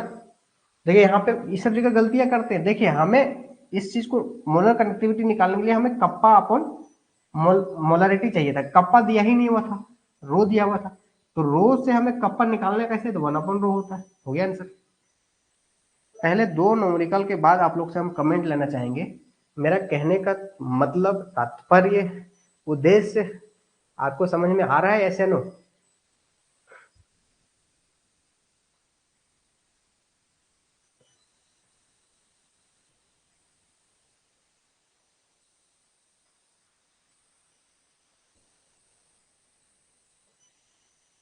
जो हमें निकालना है उसको बहुत ज्यादा फोकस करना है, ठीक है। मेरा टारगेट फिक्स होना चाहिए, उसमें अगर डेविएट करेंगे तो आपको मुश्किल होगा। मैं बार बार बोल रहा हूँ, मैं हवा में बात नहीं कर रहा हूँ। फिजिकल का न्यूमेरिकल आसान है, एग्जाम में आपको यही सटीक नंबर देता है, ये बहुत आसान है। जितना आप लोग कंफ्यूज करते हैं उसमें थोड़ा सा, जैसे बहुत लोग कमेंट करें सर थर्मोडायनामिक्स में बड़ा कंफ्यूजन हो रहा है, थर्मोडायनामिक्स में कोई कंफ्यूजन नहीं है भाई। आप थोड़ा सा अगर सीक्वेंस में डलोगे तो आपको बहुत आसान तरीका, थर्मोडायनामिक्स में जिस तरह अभी कोलरॉस लॉ बताया ना, जिसको रखना है उसको प्लस करना है, जिसको नहीं रखना है उसको माइनस करना है, सेम टू सेम आपका थर्मोडायनामिक्स में हेसेस लॉ में। बस आपको एक सिस्टमेटिक वे में आपको जानना है, पॉइंट टू पॉइंट स्टडी करना है आपको। देखिए आगे, the conductance of salt solution A B measured by 2 parallel electrode of area इतना separated by 10 centimetre was found to be इतना। अब लैंग्वेज में किसी को दिक्कत है भाई, ये एरिया दिया हुआ है, एरिया दिया हुआ है कितना, तो 100 सेंटीमीटर स्क्वायर, लेंथ कितना दिया हुआ है 10 सेंटीमीटर। अब किसी को यूनिट में दिक्कत होता है तो यूनिट का अलग से प्रैक्टिस करना होगा। और कंडक्टेंस दिया हुआ है कितना, कंडक्टेंस दिया हुआ है 0.0001 पर ओम, ठीक है। और इसका कंसंट्रेशन दिया हुआ है, नहीं, if volume enclosed between 2 electrodes contain इतना मोल साल्ट, और मोल नंबर ऑफ मोल दिया हुआ है कितना 0.5। What is the molar conductivity, molar conductivity निकालना है, ठीक है। अब मोलर कंडक्टिविटी के लिए फॉर्मूला क्या है, मोलर कंडक्टिविटी के लिए आपको चाहिए क्या, कप्पा चाहिए इंटू 1000 डिवाइड बाय मोलरिटी चाहिए। अब इसमें देखो ना ही कप्पा दिया हुआ है ना ही मोलरिटी दिया हुआ है, आपको ये दोनों चीज को पहले टारगेट करना है कि हमें ये चाहिए, कप्पा और मोलरिटी चाहिए। और यहाँ पे दिया हुआ उसके बीच कोई रिलेशन जानिए। कप्पा का आप देखिए, कप्पा का फॉर्मूला क्या होता है, 1/रो। और 1/रो का कहने का मतलब क्या होता है, L/A और 1/R ऐसा होता है। और L/A को क्या बोलते हैं, और L का वैल्यू दिया हुआ है, ये A का वैल्यू दिया हुआ है, R का वैल्यू दिया हुआ है क्या, the conductance of A salt solution measured by 2 ओम। अच्छा देखिए, अगर अब R का वैल्यू दिया हुआ नहीं, और 1/R को क्या बोलते हैं, कंडक्टेंस बोलते हैं। 1/R का वैल्यू कंडक्टेंस बोलते हैं, LA। तो G वैल्यू देखो, G का वैल्यू पता है, L का वैल्यू पता है, A का वैल्यू पता है, कप्पा निकल गया, कप्पा आपको निकल गया, ठीक है। और कप्पा आपको निकल गया, देखिए फार्मूला निकले, कप्पा निकल गया। अब मोलरिटी निकालना है। मोलरिटी में आपको क्या चाहिए, मोलरिटी नंबर ऑफ मोल चाहिए और वॉल्यूम चाहिए। नंबर ऑफ मोल दिया हुआ है कितना, 0.5 मोल, और वॉल्यूम आपको निकालना है।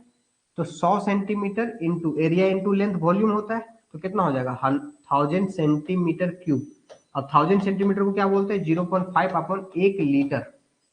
1000 सेंटीमीटर क्यूब कहने का मतलब 1000 ml, 1000 ml मतलब 1 लीटर। तो आपका मोलरिटी 0.5 है।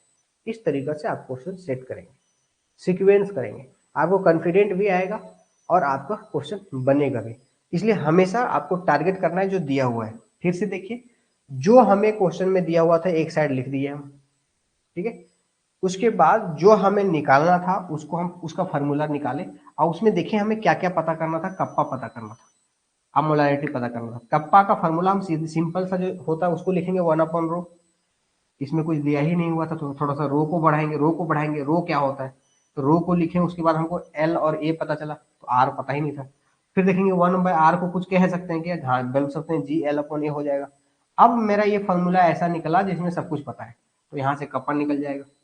कप्पा निकल गया, मोलरिटी निकालेंगे। मोलरिटी निकालने के लिए number of mole upon volume चाहिए, जो कि इसमें नंबर ऑफ मोल तो पता था, वॉल्यूम पता ही नहीं था। तो वॉल्यूम यहाँ से देखेंगे कुछ ऐसा तरीका है जिससे वॉल्यूम निकलेगा, तो area into length is equal to volume, ये वॉल्यूम निकल जाएगा। यहाँ से आप इस तरह से सॉल्यूशन बनाएंगे। अब अगर करके कैलकुलेशन करने लगेंगे तो एक न्यूमेरिकल में 10 मिनट 2 मिनट लग जाएंगे, 2 मिनट के 5 मिनट, 2 मिनट तो ऐसे वे समझाने में लगते हैं, फिर क्वेश्चन बनाने में। देखिए एक होता है कि अब ये सब चीज स्टार्टिंग में टाइम लगेगा करने में, बाद में ऑटोमेटिक बहुत फास्ट होने लगेगा, ठीक है। अब इतना लिखने की जरूरत भी नहीं होगा, आप डायरेक्ट यहाँ से देख लोगे, कप्पा के लिए क्या चाहिए, ये चाहिए, अब यहाँ से देख लोगे सब, इसको लिखने की जरूरत भी नहीं होगा। लेकिन स्टार्टिंग में आपको ये करना होगा, ठीक है। क्लियर है, एस या नो एक बार बोलेंगे।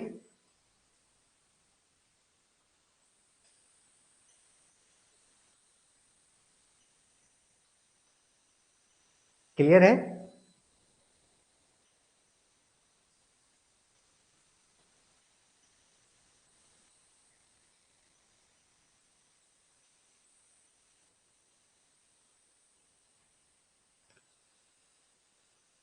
चलिए नेक्स्ट हम लोग आते हैं कोलोरॉस लॉ क्वेश्चन नंबर निकाल पे। देखिए इसमें आपको ऑक्जेलिक एसिड निकालना है। ऑक्जेलिक एसिड मतलब C2H2O4, ठीक है।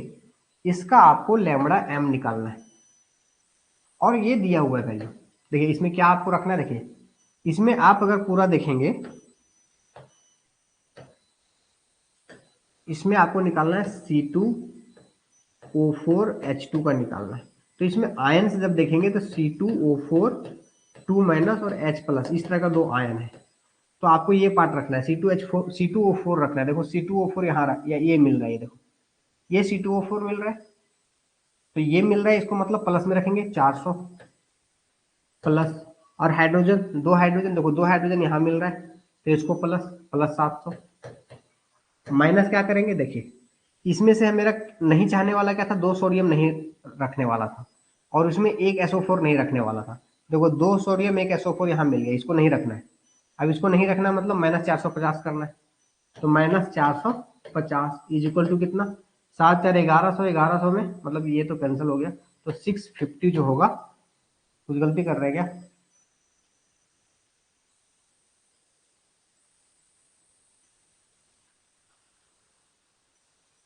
सही है। तो 7,400 यहाँ पे 650 साइमन सेंटीमीटर स्क्वायर पर मोल हो जाएगा आपका आंसर। ठीक है।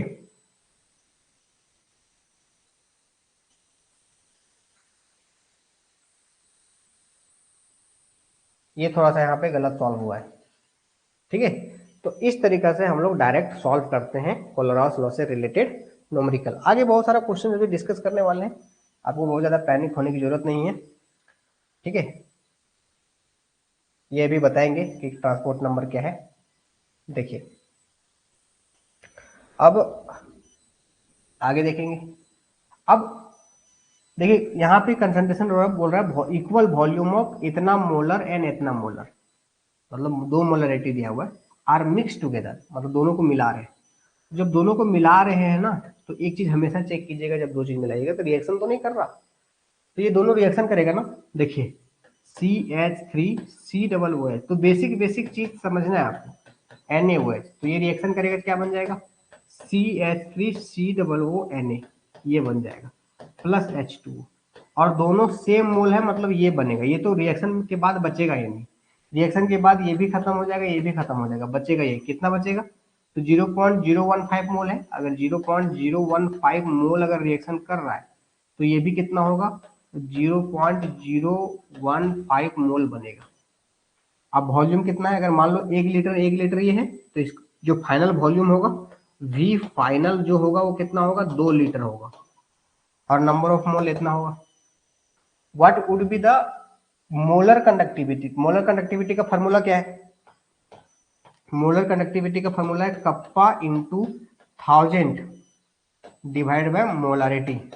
तो कप्पा दिया हुआ है इसका, देखिए कप्पा वैल्यू दिया हुआ है, हमें मोलारिटी केवल निकालना है ना, और मोलारिटी हमको निकालने के लिए क्या होता है, number of mole upon volume final. Number of mole कितना, 0.015 डिवाइड बाय वॉल्यूम कितना, 2 लीटर। क्यों, क्योंकि 1 लीटर, इसका 1 लीटर, सर वॉल्यूम कहाँ दिया हुआ जो 1 लीटर मान लिए, अरे इस इतना मोलर कहने का मतलब इतना मोल पर लीटर में प्रेजेंट है, इतना मोल पर लीटर में प्रेजेंट है, तो 1 लीटर 2 लीटर हो गया, तो टोटल वॉल्यूम कितना, 2 लीटर। और इतना नंबर ऑफ मोल दोनों रिएक्शन किया था, मतलब एक मोल से एक मोल बनेगा, 0.015 मोल से 0.15 मोल बनेगा। तो ये आपका मोलारिटी हो गया। अब कप्पा का वैल्यू पुट करेंगे, मोलारिटी का वैल्यू पुट करेंगे, और आ जाएगा आपका ये आंसर। हमेशा जो निकालना है उसमें आपको क्या मांग रहा है वो चीज देखना है। कप्पा, देखिए अब हमें एक चीज ध्यान रखना है कि मोलर कंडक्टिविटी हम निकाल रहे हैं इस कंपाउंड का, तो कप्पा भी इसी का पुटअप करेंगे, तो मोलारिटी भी इस सब का पुटअप करेंगे ना, और इसका मोलारिटी पता ही नहीं था। मोलारिटी हमें इसका पता था, मोलारिटी हमें इसका पता था, लेकिन इसका मोलारिटी नहीं पता था इस कंपाउंड, और इस कंपाउंड का मोलारिटी पता करने के लिए ये रिएक्शन हमें आपको समझना था। सर यहाँ NaOH का मोल क्यों नहीं लेंगे, हम इसका आंसर बता दिए। भाई कंडक्टिविटी निकाल रहे हैं इसका, तो मोलारिटी भी निकाल रखेंगे इसका ना, मोलर कंडक्टिविटी इसका निकाल रहे, के भी इसी का पुटअप करेंगे, और आपका मोलारिटी भी इसी का पुटअप करेंगे, है ना। भाई नौकरी हमें लेना है तो एग्जाम हमें देना पड़ेगा। ठीक है। तो इस चीज का मोलारिटी जानने के लिए आपको समझना होगा कि ये दोनों मिलाने के बाद हुआ क्या, ये दोनों मिलाने के बाद हुआ क्या था, ये दोनों मिलाने के बाद रिएक्शन हुआ, और इस रिएक्शन में देखेंगे एक मोल में एक मोल बन रहा था, मतलब 0.05 मोल में 0.05 मोल बनेगा। तो नंबर ऑफ मोल पता चला, वॉल्यूम 2 लीटर हो जाएगा, तो आपको ये हो जाएगा आंसर। आगे देखेंगे। ठीक है। आगे क्या है, the dissociation constant of an butyric acid is इतना, डिसोसिएशन कांस्टेंट मतलब के का वैल्यू दिया हुआ 1.6 into 10⁻⁻5, and the molar conductivity at infinite dilution, और ये दिया हुआ इन्फिनाइट डाइल्यूशन नॉट वाला दिया हुआ है कितना, 380 इंटू 10⁻⁻4। यूनिट अभी रहने देते हैं, आप यूनिट हमेशा ध्यान रखिएगा, जो यहाँ मीटर में है तो आंसर जो आएगा ओवरऑल मीटर में आएगा, सेंटीमीटर में सेंटीमीटर में आएगा। The specific conductance of the, अब मोलरिटी भी दिया हुआ है कितना 0.01, और कप्पा आपको निकालना है, कप्पा आपको निकालना है। तो कप्पा का आपको फार्मूला पता होना चाहिए। कप्पा का फार्मूला क्या है? कप्पा का तो फार्मूला ये है, कप्पा इज इक्वल टू रो, और रो से रिलेटेड कोई वैल्यू ही नहीं दिया हुआ है, रो से रिलेटेड कोई वैल्यू नहीं दिया हुआ है, मतलब इस फार्मूला का कोई यूज नहीं होगा। रेजिस्टेंस, लेंथ, एरिया कुछ नहीं दिया हुआ है। तो दूसरा कप्पा का फार्मूला क्या होता है? Lambda M is equal to kappa, kappa ही निकालना है ना, स्पेसिफिक कंडक्टेंस ऑफ, हाँ, इंटू 1000 डिवाइडेड बाय मोलरिटी, इससे निकलेगा। अगर हमें लैम्बडा एम पता चल जाए, अगर हमें मोलरिटी है, मोलरिटी दिया हुआ है, अगर हमें लैम्बडा एम निकल जाए, कप्पा निकल जाएगा। लैम्बडा एम नॉट दिया हुआ है, लैम्बडा एम नहीं दिया हुआ है ना। तो आपको फार्मूला पता है ना, k is equal to C alpha square upon 1 minus alpha, 1 minus alpha हटा दो, 1 माइनस अल्फा हटा दोगे तो यहां से कप्पा का के का वैल्यू कितना दिया? 1.6 इंटू 10 के power minus 5 is equal to concentration कितना दिया हुआ है? Concentration 0.01 into alpha square. इसको सॉल्व करोगे आप तो ये पाओगे, इसको सॉल्व करोगे ये पॉइंट इधर आएगा 1.6 इंटू 10 के power minus 5 divided by 0.01 is equal to alpha square. और ये पॉइंट को हटा दोगे तो 1.6 इंटू 10 के पावर माइनस 5, पॉइंट हटाओगे तो प्लस यहाँ 2 हो जाएगा is equal to alpha square. यहाँ पे सॉल्व करोगे तो 1.6 इंटू 10 के power minus 3 is equal to alpha square. और इसको सॉल्व करोगे तो कितना आ जाएगा? इस पॉइंट को उधर ले जाओगे तो 16 इंटू 10 के power minus 4 is equal to alpha square. इसको और अल्फा निकालोगे तो कितना हो जाएगा? 4 इंटू 10 के पावर माइनस 2। जब अल्फा निकल गया 4 इंटू 10 के पावर माइनस 2, देखिए अल्फा जब निकल गया 4 इंटू 10 के पावर माइनस 2, तो ये हमें कैसे पता चल रहा है, हम ये सब क्यों करने जा रहे हैं? तो देखिए हमें लैम्बडा एम नॉट निकालना था, ठीक है, हमें lambda M naught lambda m निकालना था, और हमें पता था alpha is equal to lambda m upon lambda M naught होता है। हमें लैम्बडा एम निकाल, alpha is equal to lambda m upon lambda naught m होता है, और ये वैल्यू दिया हुआ था, और इसको हम यहां से निकाल लेंगे। सब एक दूसरे से लिंक है। अल्फा का वैल्यू हम यहां से निकाल लेने के बाद अल्फा पुट कर देंगे, लैम्बडा नॉट एम दिया हुआ है तो लैम्बडा एम निकल जाएगा, और जब लैम्बडा एम निकल जाएगा तो मोलरिटी पुट करके कप्पा निकल जाएगा। ये थोड़ा सा लंबा न्यूमेरिकल था। देखिए इस फार्मूला में जो दिया हुआ था उसको लिखे और हम कप्पा निकालना चाहें। कप्पा का सिंपल फार्मूला होता है रो वाला, जो कि रेजिस्टेंस, लेंथ, एरिया कुछ नहीं दिया हुआ था, कहने का मतलब उस डायरेक्शन से नहीं बनेगा क्वेश्चन। दूसरा ऐसा कोई फार्मूला है जहां कप्पा यूज है? हाँ है, molar conductance is equal to kappa into 1000 upon molarity यहाँ है। तो हमें यहाँ ये पता चल रहा है कि मोलरिटी तो पता है लेकिन लैम्बडा एम मतलब मोलर कंडक्टेंस नहीं पता है, और इसको पता करने के लिए फार्मूला ढूंढेंगे तो आपको ऐसा दिखेगा कि एक ऐसा फार्मूला है जहाँ पे लैम्बडा एम है। तो हमें इसको भी पता करने के लिए ये पता है अल्फा निकालना पड़ेगा, और अल्फा फिर निकालने जाएंगे तो अल्फा निकालने आएंगे तो अल्फा का एक फार्मूला दिखेगा जो कि K is equal to C alpha square होता है, क्योंकि ये अल्फा कहाँ है? या तो इस फार्मूला में या तो इस फार्मूला में, और अल्फा निकालना है तो इससे निकाल लेंगे, और इससे निकाल करके अल्फा निकाल के फिर से वापस आएंगे, अब इसको निकाल लेंगे, यहाँ से लैम्बडा एम निकालेंगे, फिर लैम्बडा एम यहाँ पुटअप करेंगे, फिर निकालेंगे। तो सबसे पहले जो निकालना है उस फार्मूला को देखिए। उस फार्मूला को देखने के बाद क्या डिमांड कर रहा है, एक जगह सारा फार्मूला रहेगा तो आपको काम करेगा दिमाग कि कहाँ पे जाना है। हमें सबसे पहले कप्पा पता था, कप्पा गए और इस फार्मूला से निकला नहीं, क्योंकि यहाँ हमें कप्पा निकालना था ना, इस फार्मूला से निकला नहीं है। हमें यहाँ मोलर कंडक्टेंस दिया हुआ, तो हम दूसरा फार्मूला की तरफ देखेंगे जहाँ कप्पा यूज हुआ हो, तो यहाँ पे कप्पा यूज हुआ है। अब यहाँ पे देख रहे हैं ये तो मिल गया हमको, लेकिन हमें लैम्बडा एम मिला ही नहीं, लैम्बडा एम नॉट है, लैम्बडा एम मिला ही नहीं।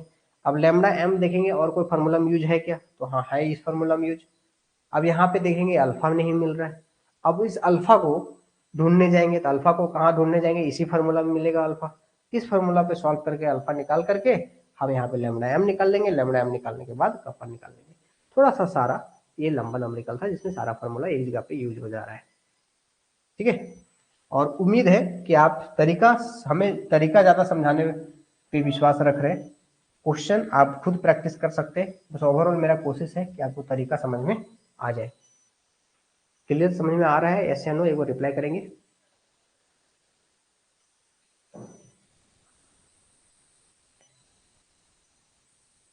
हमको ऐसा लग रहा है कि हम दिख ही नहीं रहे व्हाइट बैकग्राउंड में।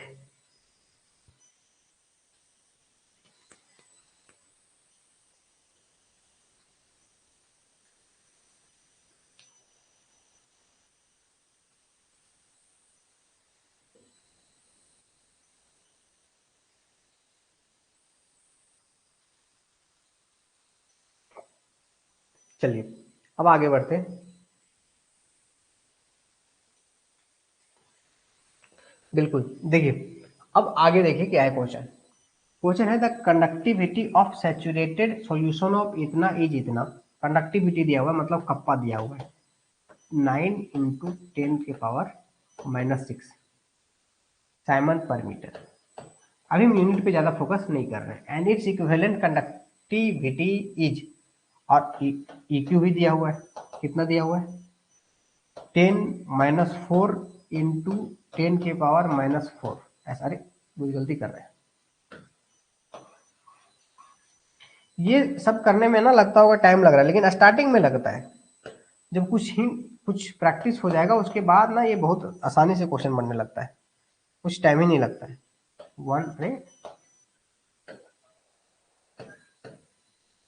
1.5 इंटू 10 के पावर -4 ऐसा। देखिए ध्यान रखिएगा, आपको हम ऐसा बोले कि जो यूनिट ध्यान रखिएगा यहाँ पर मीटर में, तो यहाँ पे देखिए मीटर में, सेंटीमीटर सेंटीमीटर होना चाहिए। अगर कहीं एक जगह सेंटीमीटर, जैसे जनरली यहाँ पे यूनिट कन्वर्जन बहुत ज्यादा फोकस नहीं, जहाँ यूनिट में मिस्टेक करवाता है वहाँ पे मैं आपको बोलूंगा।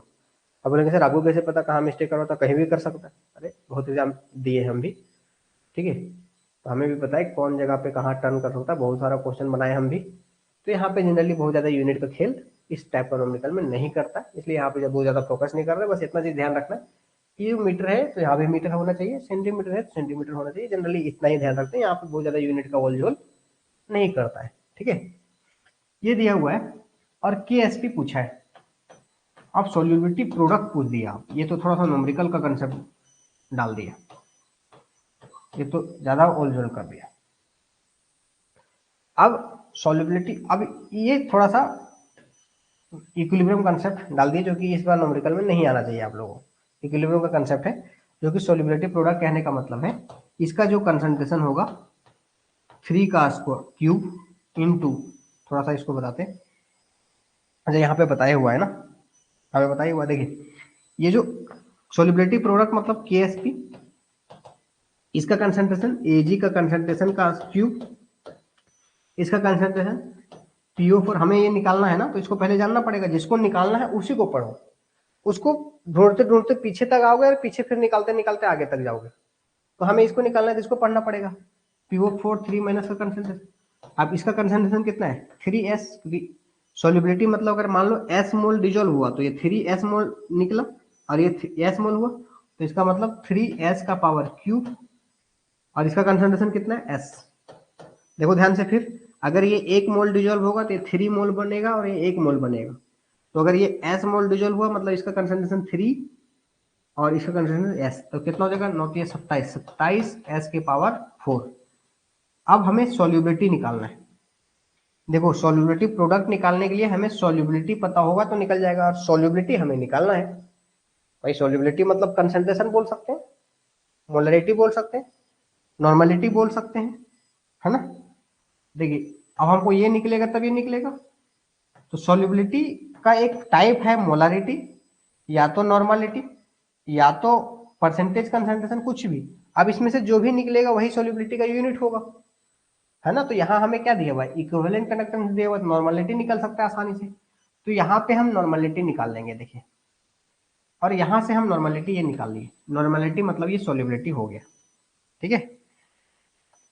और अगर इसको मान लीजिए, अगर आपका एग्जाम में सॉल्युबिलिटी नॉर्मलिटी में नहीं दिया हुआ है, अगर मोल पर लीटर के टर्म में आपका आंसर दिया हुआ है, जैसे सॉल्युबिलिटी अगर आपको इक्विवेलेंट पर लीटर में हो तो कोई दिक्कत नहीं, यहाँ पे एग्जाम में यूनिट फिर मिलाएंगे कि अगर सॉल्युबिलिटी प्रोडक्ट जो है, सॉल्युबिलिटी प्रोडक्ट कैसे पता करेंगे, अगर सॉल्युबिलिटी का प्रोडक्ट है इक्विवेलेंट पर लीटर, तो मतलब 4 है तो इक्विवेलेंट का स्क्वायर पर लीटर का स्क्वायर, या तो यहाँ पे मोल का स्क्वायर अपॉन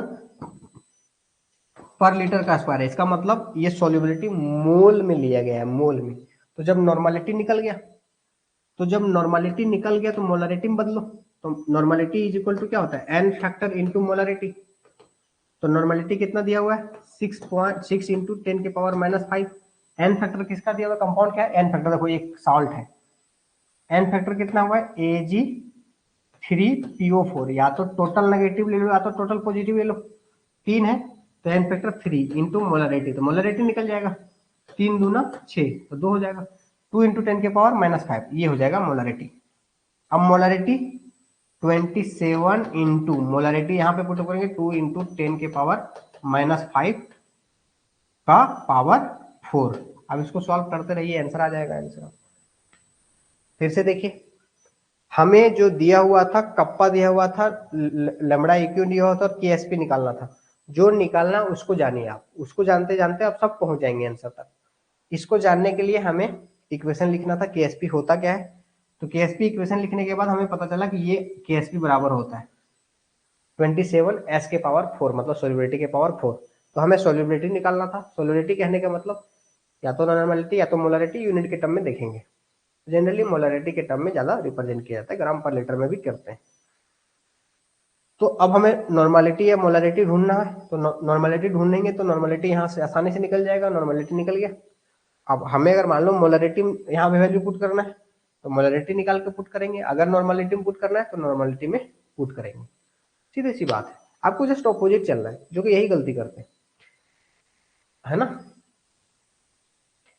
हिंदी और इंग्लिश जैसा है ना, वैसा फिजिकल का न्यूमेरिकल है। हिंदी हम लोग सीधा बोलते हैं, इंग्लिश उल्टा होता है, ठीक है। The branch of chemistry, chemistry का शाखा, मतलब ऑफ, इन, बाय, थ्रू, ये सब का जस्ट क्या होता है, उल्टा होता है ना। जैसे ऑफ आ गया वैसे उसका हिंदी उल्टा हो जाएगा, ऑफ के बाद वाला पहले हिंदी और ऑफ के पहले वाला बाद हिंदी, है ना। तो इंग्लिश और हिंदी के जैसा है फिजिकल का न्यूमेरिकल। जो पूछा गया है उसमें क्या क्या आपको चाहिए उसको खोजिए, उसको खोजते खोजते आप पहुंच जाएंगे जगह पे, उसको निकालते निकालते पहुंच जाएंगे आंसर पे। ये आपको स्टार्टिंग में प्रैक्टिस करना है, प्रैक्टिस करेंगे तो आपको क्वेश्चन बहुत आसानी से बन जाएगा। अब जो कल ये क्वेश्चन बताए थे इसको पहले बताते हैं, फिर डिटेल बताएंगे, जो ज्यादा इंपॉर्टेंट है उसको बताते हैं। इसमें दिया हुआ है इसका मोलर, देखिए मोलर कंडक्टेंस दिया हुआ है किसका, इसका दिया हुआ है x1, इसका दिया हुआ है x2, इसका दिया हुआ है x3। लेकिन यहाँ पे पूछ रहा है इक्विवेलेंट कंडक्टेंस। देखिए ये जो पूछ रहा है ना, BaSO4 का इक्विवेलेंट कंडक्टेंस पूछ रहा है, BaSO4 का इक्विवेलेंट कंडक्टेंस पूछ रहा है। अगर मोलर पूछता तो मोलर पूछता क्या करते, देखिए अगर मान लो मोलर पूछता, अगर एग्जाम में मोलर होता तो आंसर क्या होता मोलर के लिए, तो रखना क्या था, Ba को रखना था या SO4 को रखना था, मतलब इसको रखना था और माइनस करना था इसको। और कितना माइनस करना था, देखिए 2Cl 2H को माइनस करना था, मतलब 2। तो आंसर क्या हो जाता है, x1 plus x2 minus x3, 2x3 ये हो जाता। अगर मोलर में पूछता तो ये होता है आंसर, लेकिन हमें पूछा इक्विवेलेंट में, इक्विवेलेंट में पूछा है, तो इक्विवेलेंट में क्या करेंगे,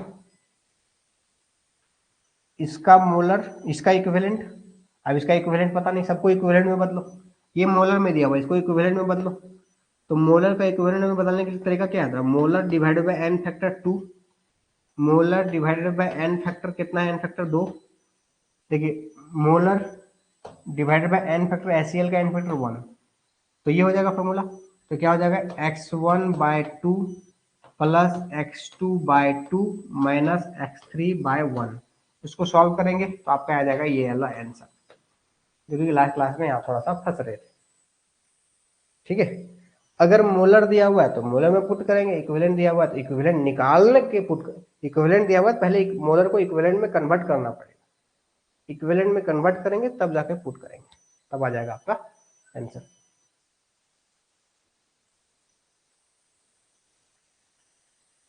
नहीं चेंज करना है एम को सीएम में, कहाँ पे ऊपर नहीं करना है, सब कट जाएगा।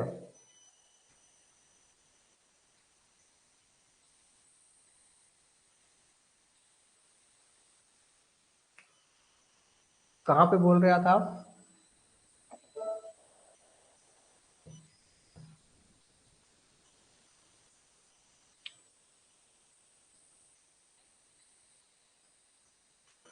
अच्छा यहाँ पे बिल्कुल इसमें करना है, हमको लगा नीचे इसमें करना है। अरे हाँ, इसमें जरूर करना है। इसमें आपको करना है कप्पा इंटू 1000 सेंटीमीटर क्यूब, मतलब पर लीटर, ठीक है, डिवाइडेड बाय नॉर्मलिटी। तो यहाँ पे आपको करना, देखिए यहाँ पे सेंटीमीटर में, तो यहाँ पे इसको कप्पा का जो यूनिट है ओम पर मीटर जो है, ओम पर मीटर जो होता है इसको करना है, इसको सेंटीमीटर जरूर करना है, बिल्कुल यहाँ पे करना होता है, ठीक है।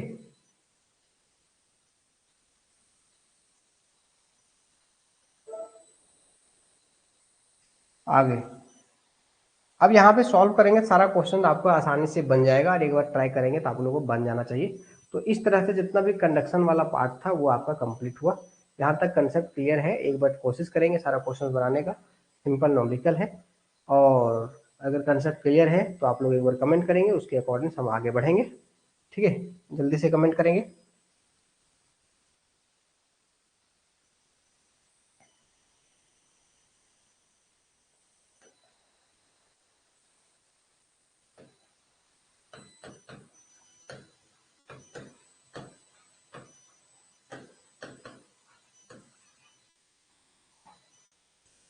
Yes yes yes yes yes, ठीक है।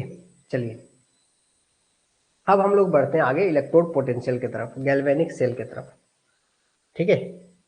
गैल्वेनिक सेल की तरफ देखिए, इसमें ना एक इलेक्ट्रोड पोटेंशियल बहुत ज्यादा रोल निभाता है, इंपॉर्टेंट होता है, क्वेश्चन समझ में, क्वेश्चन इससे बहुत बनता है। तो पोटेंशियल मतलब अगर जनरल में बोलते हैं क्षमता, बोलते हैं कि क्षमता है। तो यहाँ पे इस पूरा सिनारियो का एक जो की पॉइंट है वो आपको याद रखना है कि जिसमें ज्यादा पोटेंशियल होता है ना, उसको वो काम बहुत आसानी से होता है, मजा आता है उसको। अगर हमें पढ़ने में ज्यादा पोटेंशियल है, कहने का मतलब मेरा पढ़ना आसान है मेरे लिए। अगर मेरे को डांस करने में ज्यादा पोटेंशियल है, मतलब डांस करना मेरे लिए आसान है। अगर मेरा पोटेंशियल सिंगिंग में ज्यादा है, इसका मतलब मेरे लिए सिंगिंग आसान है।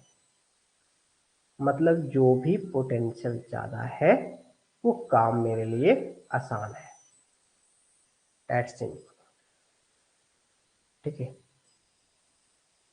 अगर आपको डांस करने में अगर पोटेंशियल, सिंगिंग में पोटेंशियल नहीं है, तो आप स्टेज पे जाओगे पसीना से भीग जाओगे। अगर आपको पढ़ाने में पोटेंशियल नहीं है, तो आप यहाँ पे पढ़ाने आओगे तो आपको पूरा पसीना से भीग जाओगे। इसका मतलब कि एक लाइन याद रखना है कि जिसका जो पोटेंशियल ज्यादा होगा उसका काम वो वाला आसान होगा, ठीक है। तो अगर मान लीजिए कि अगर लिथियम जाने के लिए पोटेंशियल -2.40, और किसी एफ को एफ माइनस जाने के लिए अगर मान लीजिए 3.0 प्लस में वैल्यू है, इसका मतलब इसको रिडक्शन हो रहा है, देखिए +1 से 0 जा रहा है, रिडक्शन हो रहा है। कहने का मतलब ये पोटेंशियल जो वैल्यू दिया हुआ है ये इसका दिया हुआ है, लिथियम 2+ का। किसके लिए दिया हुआ है? रिडक्शन के लिए। ये वैल्यू किसके लिए दिया हुआ है? इस F2 के लिए दिया हुआ है, कैची होने के लिए, रिडक्शन होने के लिए। मतलब F2 को F2 से F माइनस जाने का पोटेंशियल इंडिकेट कर रहा है 3.0, कहने मतलब बहुत ज्यादा पोटेंशियल है। मतलब अगर ये दोनों में कंपटीशन होगा कि लिथियम प्लस का रिडक्शन होगा या F2 का रिडक्शन होगा, तो F2 का रिडक्शन बहुत आसानी से होगा। यहाँ बेस फिर से तैयार करेंगे हम, बेस, ठीक है। जिसका जो पोटेंशियल ज्यादा रहेगा वो काम उसके लिए बहुत आसान होगा। आपको बस इतना ही आपको याद रखना है, ठीक है। देखिए, तो अगर मान लीजिए H+ से H2 जा रहा है, इसका वैल्यू मान लीजिए 0.0 है, और सॉरी यहां पे थोड़ा सा उल्टा कर देते हैं, H2 से H+ जा रहा है, यहाँ पे क्या है, O2 माइनस से O2 जा रहा है और यहाँ पे वैल्यू 0.34 है, ऐसा समथिंग हम मान लिए, अपने मन से मान रहे हैं। अब आपसे पूछेंगे कि ये H2 का सॉरी प्लस बना है, H2 प्लस, अब इसका ऑक्सीडेशन हो रहा है H2 से H प्लस और इसका ऑक्सीडेशन हो रहा है O2 से 2 माइनस से 0, तो ऑक्सीडेशन नंबर बढ़ रहा है। ऑक्सीडेशन नंबर बढ़ रहा है उसका क्या मतलब क्या होता है, ऑक्सीडेशन। तो अब आसानी से ऑक्सीडेशन किसका होगा, H2 का या O2 माइनस का, तो O2 माइनस का ऑक्सीडेशन आसानी से होगा, O2 माइनस का ऑक्सीडेशन आसानी से होगा। ठीक है, तो अगर किसी का रिडक्शन पोटेंशियल ज्यादा होगा, इसका मतलब उस एलिमेंट का, उस कंपाउंड का रिडक्शन आसानी से होगा। अगर किसी का ऑक्सीडेशन पोटेंशियल ज्यादा है, कहने का मतलब उस कंपाउंड, उस एलिमेंट का ऑक्सीडेशन आसानी से होगा। पहला तो ये कंसेप्ट समझ पा रहे हैं मेरा कहने का मतलब, यस या नो एक बार रिप्लाई करेंगे जल्दी से।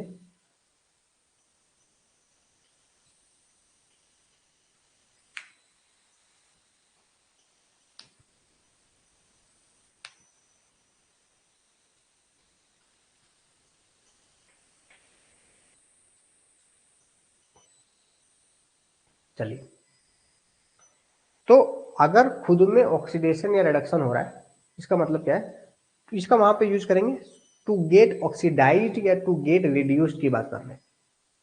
इसका मतलब एक वर्ड यूज करेंगे, टू गेट रिड्यूस्ड और टू गेट ऑक्सीडाइज्ड इजली।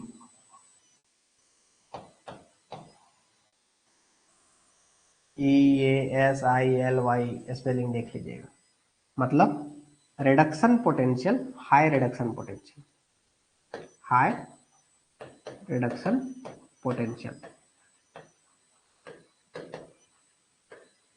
और यहाँ पे हाई ऑक्सीडेशन पोटेंशियल।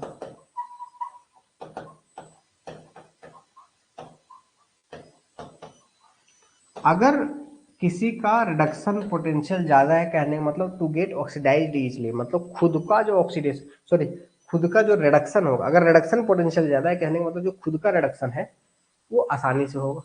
अगर ऑक्सीडेशन पोटेंशियल ज्यादा है तो खुद का जो ऑक्सीडेशन होगा वो ज्यादा होगा। और आपको पता है कि एक रिएक्शन में दो चीज होता है, जब भी आपका ऑक्सीडेशन रिएक्शन हो रहा है, अगर ए से बी, ए से बी, ए बी सी और डी, अगर एक जगह पे अगर ऑक्सीडेशन हो रहा है तो दूसरा रिडक्शन फिक्स है। अगर किसी केमिकल रिएक्शन में अगर ऑक्सीडेशन हो रहा है तो रिडक्शन होना फिक्स है, तब वो पूरा रिएक्शन कहलाएगा, अदरवाइज वो हाफ रिएक्शन कहलाएगा। तो अगर खुद को रिडक्शन आसानी से कर रहा है, कहने का मतलब दूसरे को ऑक्सीडाइज कर रहा है, इसका मतलब ये ऑक्सीडाइजिंग एजेंट है, ऑक्सीडाइजिंग एजेंट। और अगर ये खुद को ऑक्सीडाइज जल्दी कर रहा है मतलब दूसरे को रिड्यूस कर रहा है, कहने का मतलब रिड्यूसिंग एजेंट, रिड्यूसिंग एजेंट, है ना। हम आपको बहुत डेटा के साथ में, बिना बहुत से कम डेटा के साथ बताने की कोशिश कर रहे हैं। अगर ये तरीका समझेंगे तो आपको बहुत कम डेटा याद रखने से आपको सारा क्वेश्चन बन जाएगा। ठीक है, थोड़ा सा यहाँ पे बेस बनाने में टाइम लगेगा, तो ऑलरेडी बना होगा तो कोई दिक्कत नहीं। देखिए, अगर रिडक्शन पोटेंशियल ज्यादा, इसका मतलब खुद का रिडक्शन ज्यादा कर रहे हैं हम, इसका मतलब हम ऑक्सीडाइजिंग एजेंट है, मतलब दूसरे को ऑक्सीडाइज कर रहे हैं। अगर खुद का रिडक्शन पोटेंशियल ज्यादा है, कहने का मतलब हम ऑक्सीडाइजिंग एजेंट है, खुद को रिडक्शन कर रहे हैं, दूसरे को ऑक्सीडाइज कर रहे हैं। ठीक है, मतलब अगर हम खुद गरीब हो रहे हैं दूसरे को अमीर कर रहे हैं, इसका मतलब। और अगर हम खुद को अमीर कर रहे हैं दूसरे को गरीब कर रहे हैं। अगर खुद गरीब हो रहे हैं मतलब हम पैसा इधर उधर बांट रहे हैं, खुद गरीब हो रहे हैं तो दूसरे को अमीर कर रहे हैं। अगर खुद अमीर हो रहे हैं तो किसी से पैसा लेके अमीर बन रहे हैं, तो हम किसी को गरीब कर रहे हैं।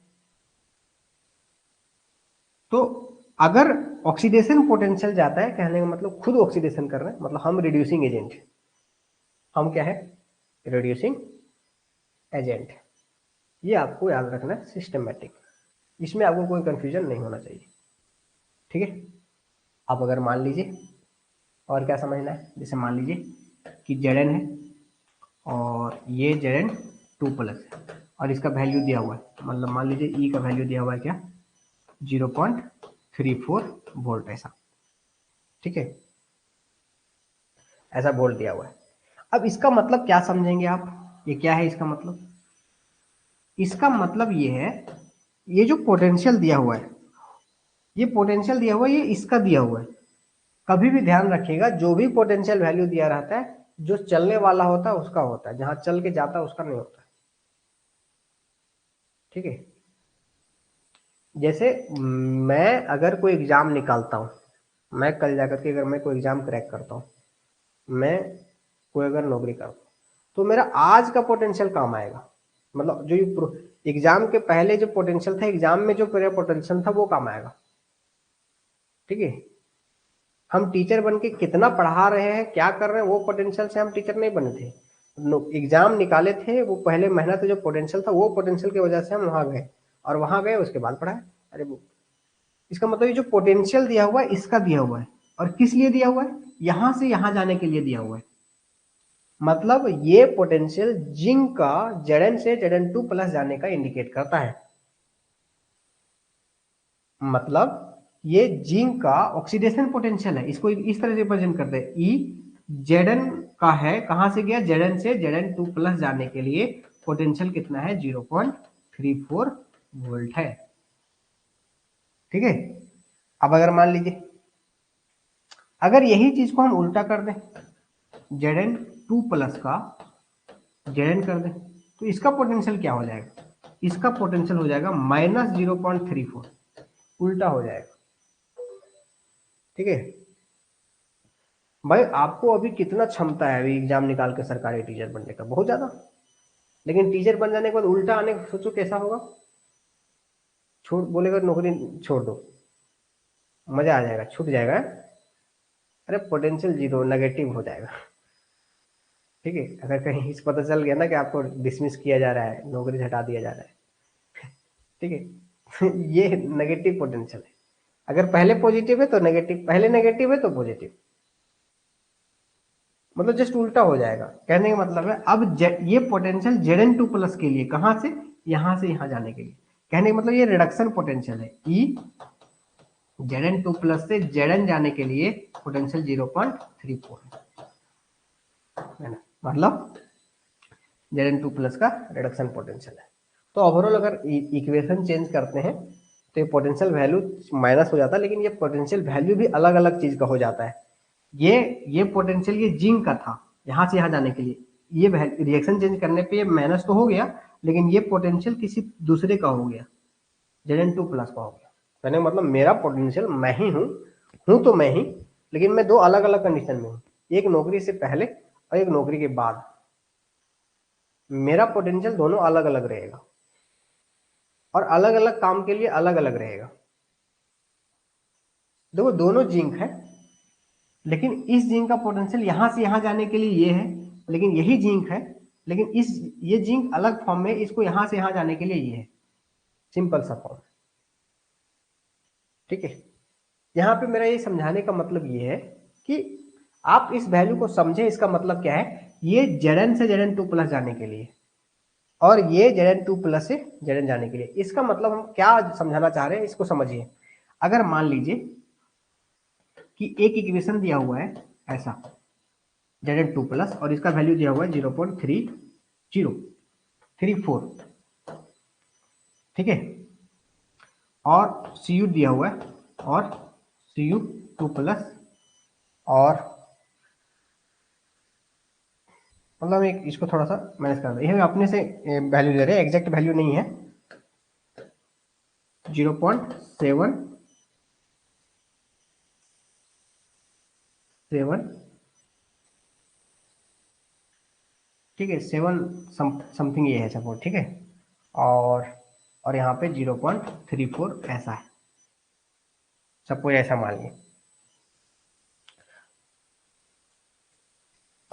मान लीजिए ऐसा वैल्यू है। ठीक है, हाँ, ये वैल्यू है रिएक्शन, ई का वैल्यू इतना है और ई का वैल्यू इतना है, मान लीजिए ऐसा। और आपसे पूछा जा रहा है, इतना दिया गया है, और आपसे ये क्वेश्चन पूछा जा रहा है, मोस्ट ऑक्सीडाइजिंग एजेंट कौन है भाई? ऑक्सीडाइजिंग एजेंट कौन है? ऑप्शन दिया हुआ है, क्या दिया हुआ ऑप्शन? जिंक, दूसरा दिया हुआ ऑप्शन कॉपर, तीसरा दिया हुआ ऑप्शन Zn2+, और चौथा दिया हुआ ऑप्शन Cu2+। और आप लोग को इसमें आपसे पूछा जा रहा है चार ऑप्शन में से मोस्ट ऑक्सीडाइजिंग एजेंट कौन है, मोस्ट ऑक्सीडाइजिंग एजेंट कौन है। तो ध्यान से समझिए, अब जो पूछा जा रहा है उस पर टारगेट करना है। ऑक्सीडाइज कौन करेगा, जो खुद को रिडक्शन आसानी से कर लेगा। सर रिडक्शन पोटेंशियल मेटल का नेगेटिव या मेटल का पॉजिटिव क्यों होता है, सब बताएंगे अभी, रुकिए एक मिनट, ठीक है, सब बताएंगे, पॉजिटिव नेगेटिव सब अभी समझ में आ जाएगा, ठीक है, बहुत आसानी समझ में आ जाएगा। अब यहाँ पे क्वेश्चन समझिए, हमें ऑक्सीडाइजिंग एजेंट पूछना है कि कौन जल्दी ऑक्सीडाइज करेगा, दूसरे को ऑक्सीडाइज करना है, मतलब खुद का रिडक्शन क्या करना है कि किसका रिडक्शन जल्दी होगा, किसका रिडक्शन जल्दी होगा। तो चेक करेंगे भाई इसका रिडक्शन, जिंक रिडक्शन मतलब माइनस में जाना, जीरो है माइनस में जाना, और मेटल इलेक्ट्रॉन नहीं लेना चाहता, मेटल इलेक्ट्रॉन देना चाहता है, मेटल ऑक्सीडाइज होना चाहता है, मेटल इलेक्ट्रॉन लॉस करके ऑक्सीडाइज होना चाहता है, मेटल इलेक्ट्रॉन लेना नहीं चाहता है। न्यूट्रल मेटल, न्यूट्रल मेटल जो है ऑक्सीडाइज होना चाहता है, तो ये माइनस होना नहीं चाहेगा, Zn माइनस होगा, चाहेगा ही नहीं, ये भी माइनस होना नहीं चाहेगा, मतलब ये दोनों का रिडक्शन तो होगा ही नहीं। अब ये दोनों को चेक करते हैं, हो सकता है न्यूट्रल हो जाए। अब ये दोनों में से कौन जल्दी इलेक्ट्रॉन न्यूट्रल होना चाहेगा, जस्ट उल्टा करके देख लो। अब इसका रिडक्शन चेक करेंगे, रिडक्शन भी करेंगे, इसका रिडक्शन मतलब हमें चेक करना है इसका पोटेंशियल। देखिए इसका पोटेंशियल चेक करना है, इसका पोटेंशियल इधर जाने के लिए वैल्यू क्या हो जाएगा, उल्टा हो जाएगा, E इज इक्वल टू -0.70, और हमें कॉपर का चेक करना है Cu2+ का, तो इसका वैल्यू कितना है 0.30 हो जाएगा।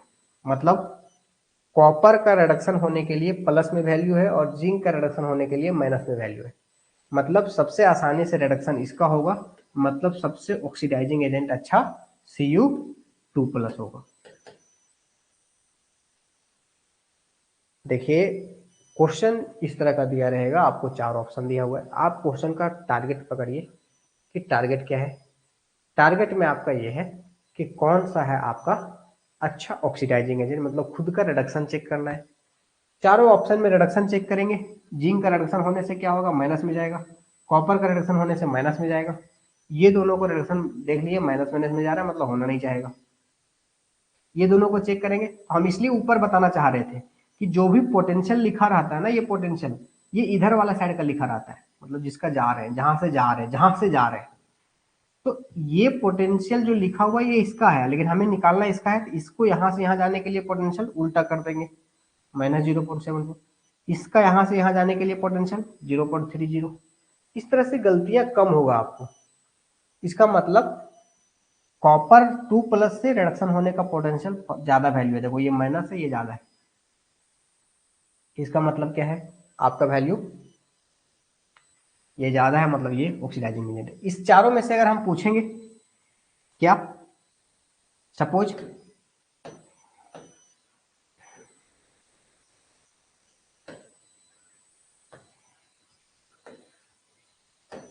अब क्वेश्चन टर्न कर दे रहे, ठीक है, क्वेश्चन यहाँ पे टर्न ये है कि मोस्ट रिड्यूसिंग एजेंट कौन है,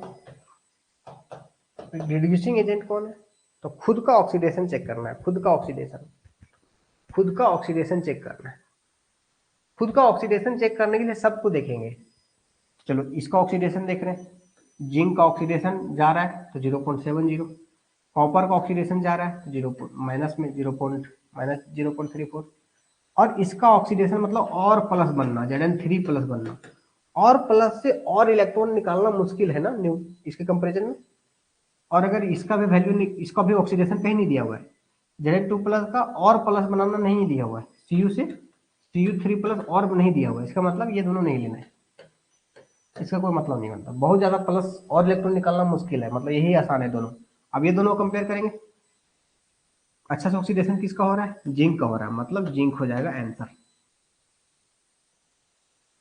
देखिए ध्यान से, अगर इस तरह का वैल्यू दिया हुआ है तो आपसे चेक करना है। अगर ऑक्सीडाइजिंग एजेंट पूछ रहा है तो खुद का रिडक्शन चेक करना है कि चारों ऑप्शन में किसका रिडक्शन आसानी से हो रहा है, वही हो जाएगा ऑक्सीडाइजिंग एजेंट। और अगर रिड्यूसिंग एजेंट पूछा है, चारों ऑप्शन में देखना है ऑक्सीडेशन किसका आसानी से होगा। जिसका ऑक्सीडेशन आसानी से होगा उसको बोलेंगे हम अच्छा ऑक्सीडाइजिंग रिड्यूसिंग एजेंट। ठीक है। और चलिए इतना कमेंट लेते हैं, फिर इसका डॉट बताइए क्या माइनस प्लस वाली बात कर रहे थे, उसके बाद हम आगे बढ़ेंगे। एक बार कमेंट करेंगे। क्लियर समझ में आया है यहाँ तक? ऐसा नो जल्दी से।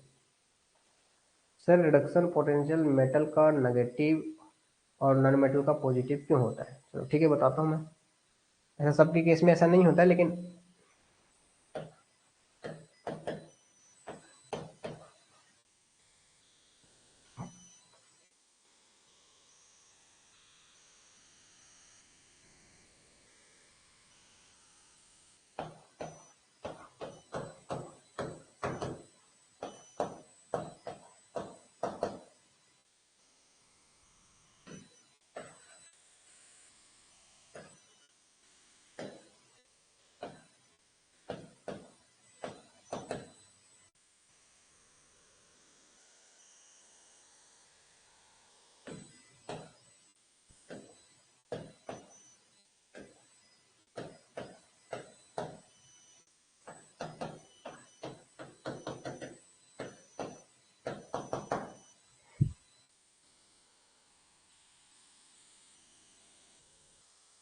कमेंट्स, हाँ सर बिल्कुल क्लियर हो गया। चलिए अब देखिए आगे। अब बोल रहे हैं कि मेटल का पॉजिटिव क्यों होता है रिडक्शन पोटेंशियल, और सॉरी नेगेटिव क्यों होता है। रिडक्शन पोटेंशियल जो है, रिडक्शन पोटेंशियल मेटल का जो है वो नेगेटिव क्यों होता है, आपको यही कहना है। और मेटल नॉन मेटल का जो है, नॉन मेटल का जो है वो पॉजिटिव क्यों होता है। भाई रिडक्शन मतलब इधर जाना, जीरो से कम जाना, जीरो से माइनस जाना मतलब रिडक्शन। तो बताओ मेटल इधर जाना चाहता है, मतलब मेटल ऑक्सीडेशन होना चाहता है, ये नहीं होना चाहता है। जब नहीं होना चाहेगा तो नेगेटिव पोटेंशियल रहेगा। लेकिन नॉन मेटल नेगेटिव बनना चाहता है, मतलब रिडक्शन होना चाहता है, होना चाहता है मतलब पॉजिटिव होगा। भाई जो जिस चीज को करना चाह रहा है उसी में तो पॉजिटिव होगा।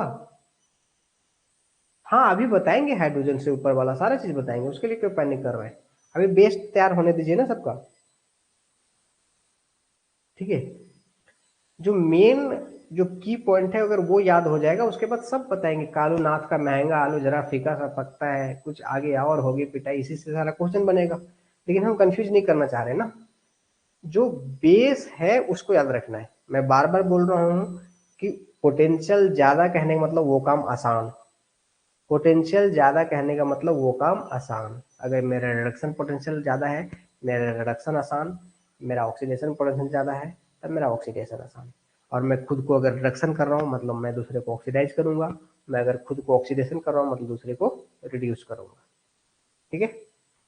और अगर इस तरह से क्वेश्चन दिया हुआ है, चार दिया हुआ है और चारों से पूछ रहा है कौन सा ऑक्सीडाइजिंग एजेंट है, तो सबका चेक करेंगे कि रिडक्शन, जैसे ऑक्सीडाइजिंग एजेंट चेक कर रहे हैं इसका मतलब रिडक्शन आसानी से किसका होगा। और जिसका रिडक्शन आसानी से होगा सबको चेक करेंगे। तो मेटल नेगेटिव में नहीं जाना चाहता है तो इसलिए दोनों ऑप्शन खत्म। ये दोनों में रिडक्शन चेक करेंगे तो रिडक्शन का वैल्यू दिया हुआ है यहाँ पे, इसको रिडक्शन करके देखेंगे कि यहाँ से रिडक्शन होने पे कितना होगा वैल्यू, इतना माइनस हो जाएगा, -0.70, और इसको रिडक्शन करके देखेंगे तो +0.34। इसका मतलब इसका रिडक्शन सबसे आसानी से होगा, इसलिए सबसे ऑक्सीडाइजिंग पावर जो होगा वो आपका आंसर हो जाएगा 4। और अगर आपसे पूछा जाएगा कि रिड्यूसिंग एजेंट कौन सबसे ज़्यादा है, तो सबसे चारों ऑप्शन में चेक करेंगे, ऑप्शन में जाएंगे आप डायरेक्ट और चेक करेंगे सबसे अच्छा ऑक्सीडेशन किसका होगा। तो किसी भी प्लस बना हुआ और प्लस बनाना मुश्किल होगा, इसलिए ये दोनों को ऑक्सीडेशन चेक करेंगे और ये दोनों में ऑक्सीडेशन चेक करेंगे किसका ऑक्सीडेशन आसानी से हुआ है। इसका ऑक्सीडेशन होने के लिए इतना पोटेंशियल, इसका ऑक्सीडेशन होने के लिए इतना पोटेंशियल, मतलब ज़्यादा पोटेंशियल ये है, इसका मतलब जिंक का ऑक्सीडेशन आसानी से होगा।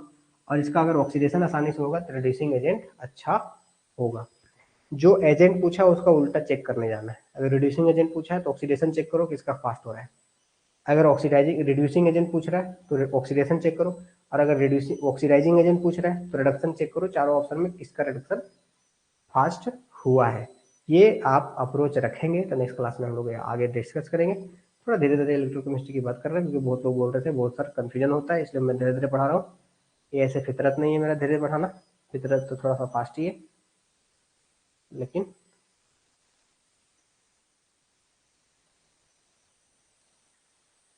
तो एक बार आज इतना ही रखते हैं और टाइम काफ़ी हो गया है।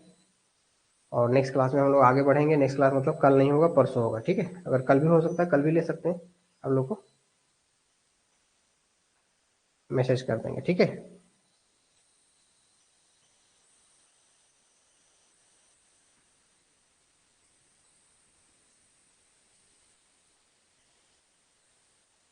Welcome welcome. और नेक्स्ट लेक्चर में मिलते हैं हम लोग, इसी इलेक्ट्रोड पोटेंशियल गैल्वेनिक सेल को खत्म करेंगे, बफर सॉल्यूशन को खत्म करेंगे, कोशिश करते हैं हमेशा खत्म करने का, लेकिन होता नहीं है, ठीक है। एक बार सभी को अमेंड करेंगे, और जिसको नहीं समझ में आया होगा एक बार फिर से वीडियो देखेंगे, बहुत आराम से समझ में आ जाएगा। और नहीं भी आएगा कोई दिक्कत नहीं, कल समझ में आएगा। लेकिन एक बार एट द एंड फिर से बोलेंगे कि आप लोगों को जितना हो चुका है लगभग हो ही चुका है, सारा को रिवीजन करने पे ज़्यादा फोकस कीजिए। और मेरे तरफ से all the best, good night. अगर आप लोग को कोई दिक्कत है तो आप लोग कमेंट कर सकते हैं, और नहीं दिक्कत है तो सर कृपया बनाए रखिए सर।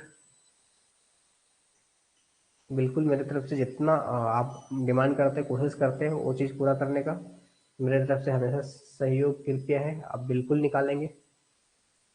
बिल्कुल आप लोग को निकालना भी चाहिए। सबसे पहले आप लोगों को पूरा सिलेबस मिल गया है, पूरा कंप्लीट, आपको नोट्स मिला है, आपको टेस्ट सीरीज है आपके पास। अगर ये पूरा कर लेंगे डेफिनेटली आपको सारा केवल बस आपको मेहनत करना है, ठीक है।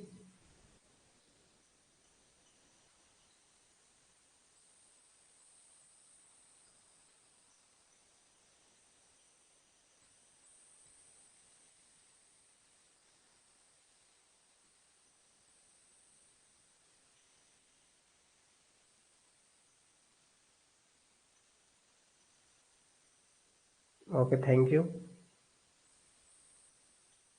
ओवर कॉन्फिडेंस नहीं करना है, बस मेहनत करते रहना है। मैं बार बार बोलता हूँ ये बात को, 10 बार रिवीजन करना है, 20 बार, 10 से जितना बार रिवीजन हो सकता है, जितना टेस्ट को रिवीजन कर सकते हैं। ओवर कॉन्फिडेंट नहीं होना है, क्योंकि मैं पहला बार ना मैं 1 नंबर से मैं छटा था, जब मैं उसी समय से ओवर कॉन्फिडेंस में कम कर दिया। ये सर सेम यार, थैंक यू। लेकिन एक चीज़ मैं हमेशा बोलूँगा, मैं अपना स्टोरी में बताता हूँ, स्टार्टिंग में मैं बहुत जॉब से 1 नंबर से छटा था, 1 नंबर से, 3 नंबर से, 2 नंबर से। वहाँ पे ना होता था क्या कि मैं टेस्ट बहुत देने पे विश्वास रखता था, तो टेस्ट को रिवीजन करने पे विश्वास नहीं रखता था। जैसे मान लो मैं पढ़ दिया, क्वेश्चन बन गया और टेस्ट दे दिया, बस खत्म हो गया, और क्या है ना। समरी कम करते थे उसमें, समरी करते थे लेकिन कम करते थे, और टेस्ट रिवीजन नहीं करते थे, जिस कारण से ना ये दिक्कत होती थी। फिर बाद में समझ में आया, अच्छा ऐसा है क्या। फिर जब ये चीज़ को कर लिया ना कि टेस्ट को रिवीजन, असाइनमेंट को भी रिवीजन, और समरी शुरू से आदत था, उसके बाद तो फिर रुका नहीं, ट्रेन ट्रेन पक चला गया, फिर ट्रेन अच्छा चल गया फिर। तो इसलिए थोड़ा सा मैं एक सजेस्ट करूंगा, ओवर कॉन्फिडेंस नहीं होना है, वही थोड़ा सा काम, टेस्ट सीरीज को रिवीजन करना है, थोड़ा एनालिसिस करना है कि क्या वीकनेस है, उस पर काम करते रहना है जब तक एग्जाम ना हो जाए, ठीक है। और मेरी तरफ से best wishes, thank you all of you, and good night. तब तक मिलते हैं कल या परसों, आप लोग को मैसेज कर देंगे कि कल लेंगे क्लास या परसों। और कंप्लीट कीजिए, सिलेक्शन लीजिए, ज़िंदगी को एंजॉय कीजिए।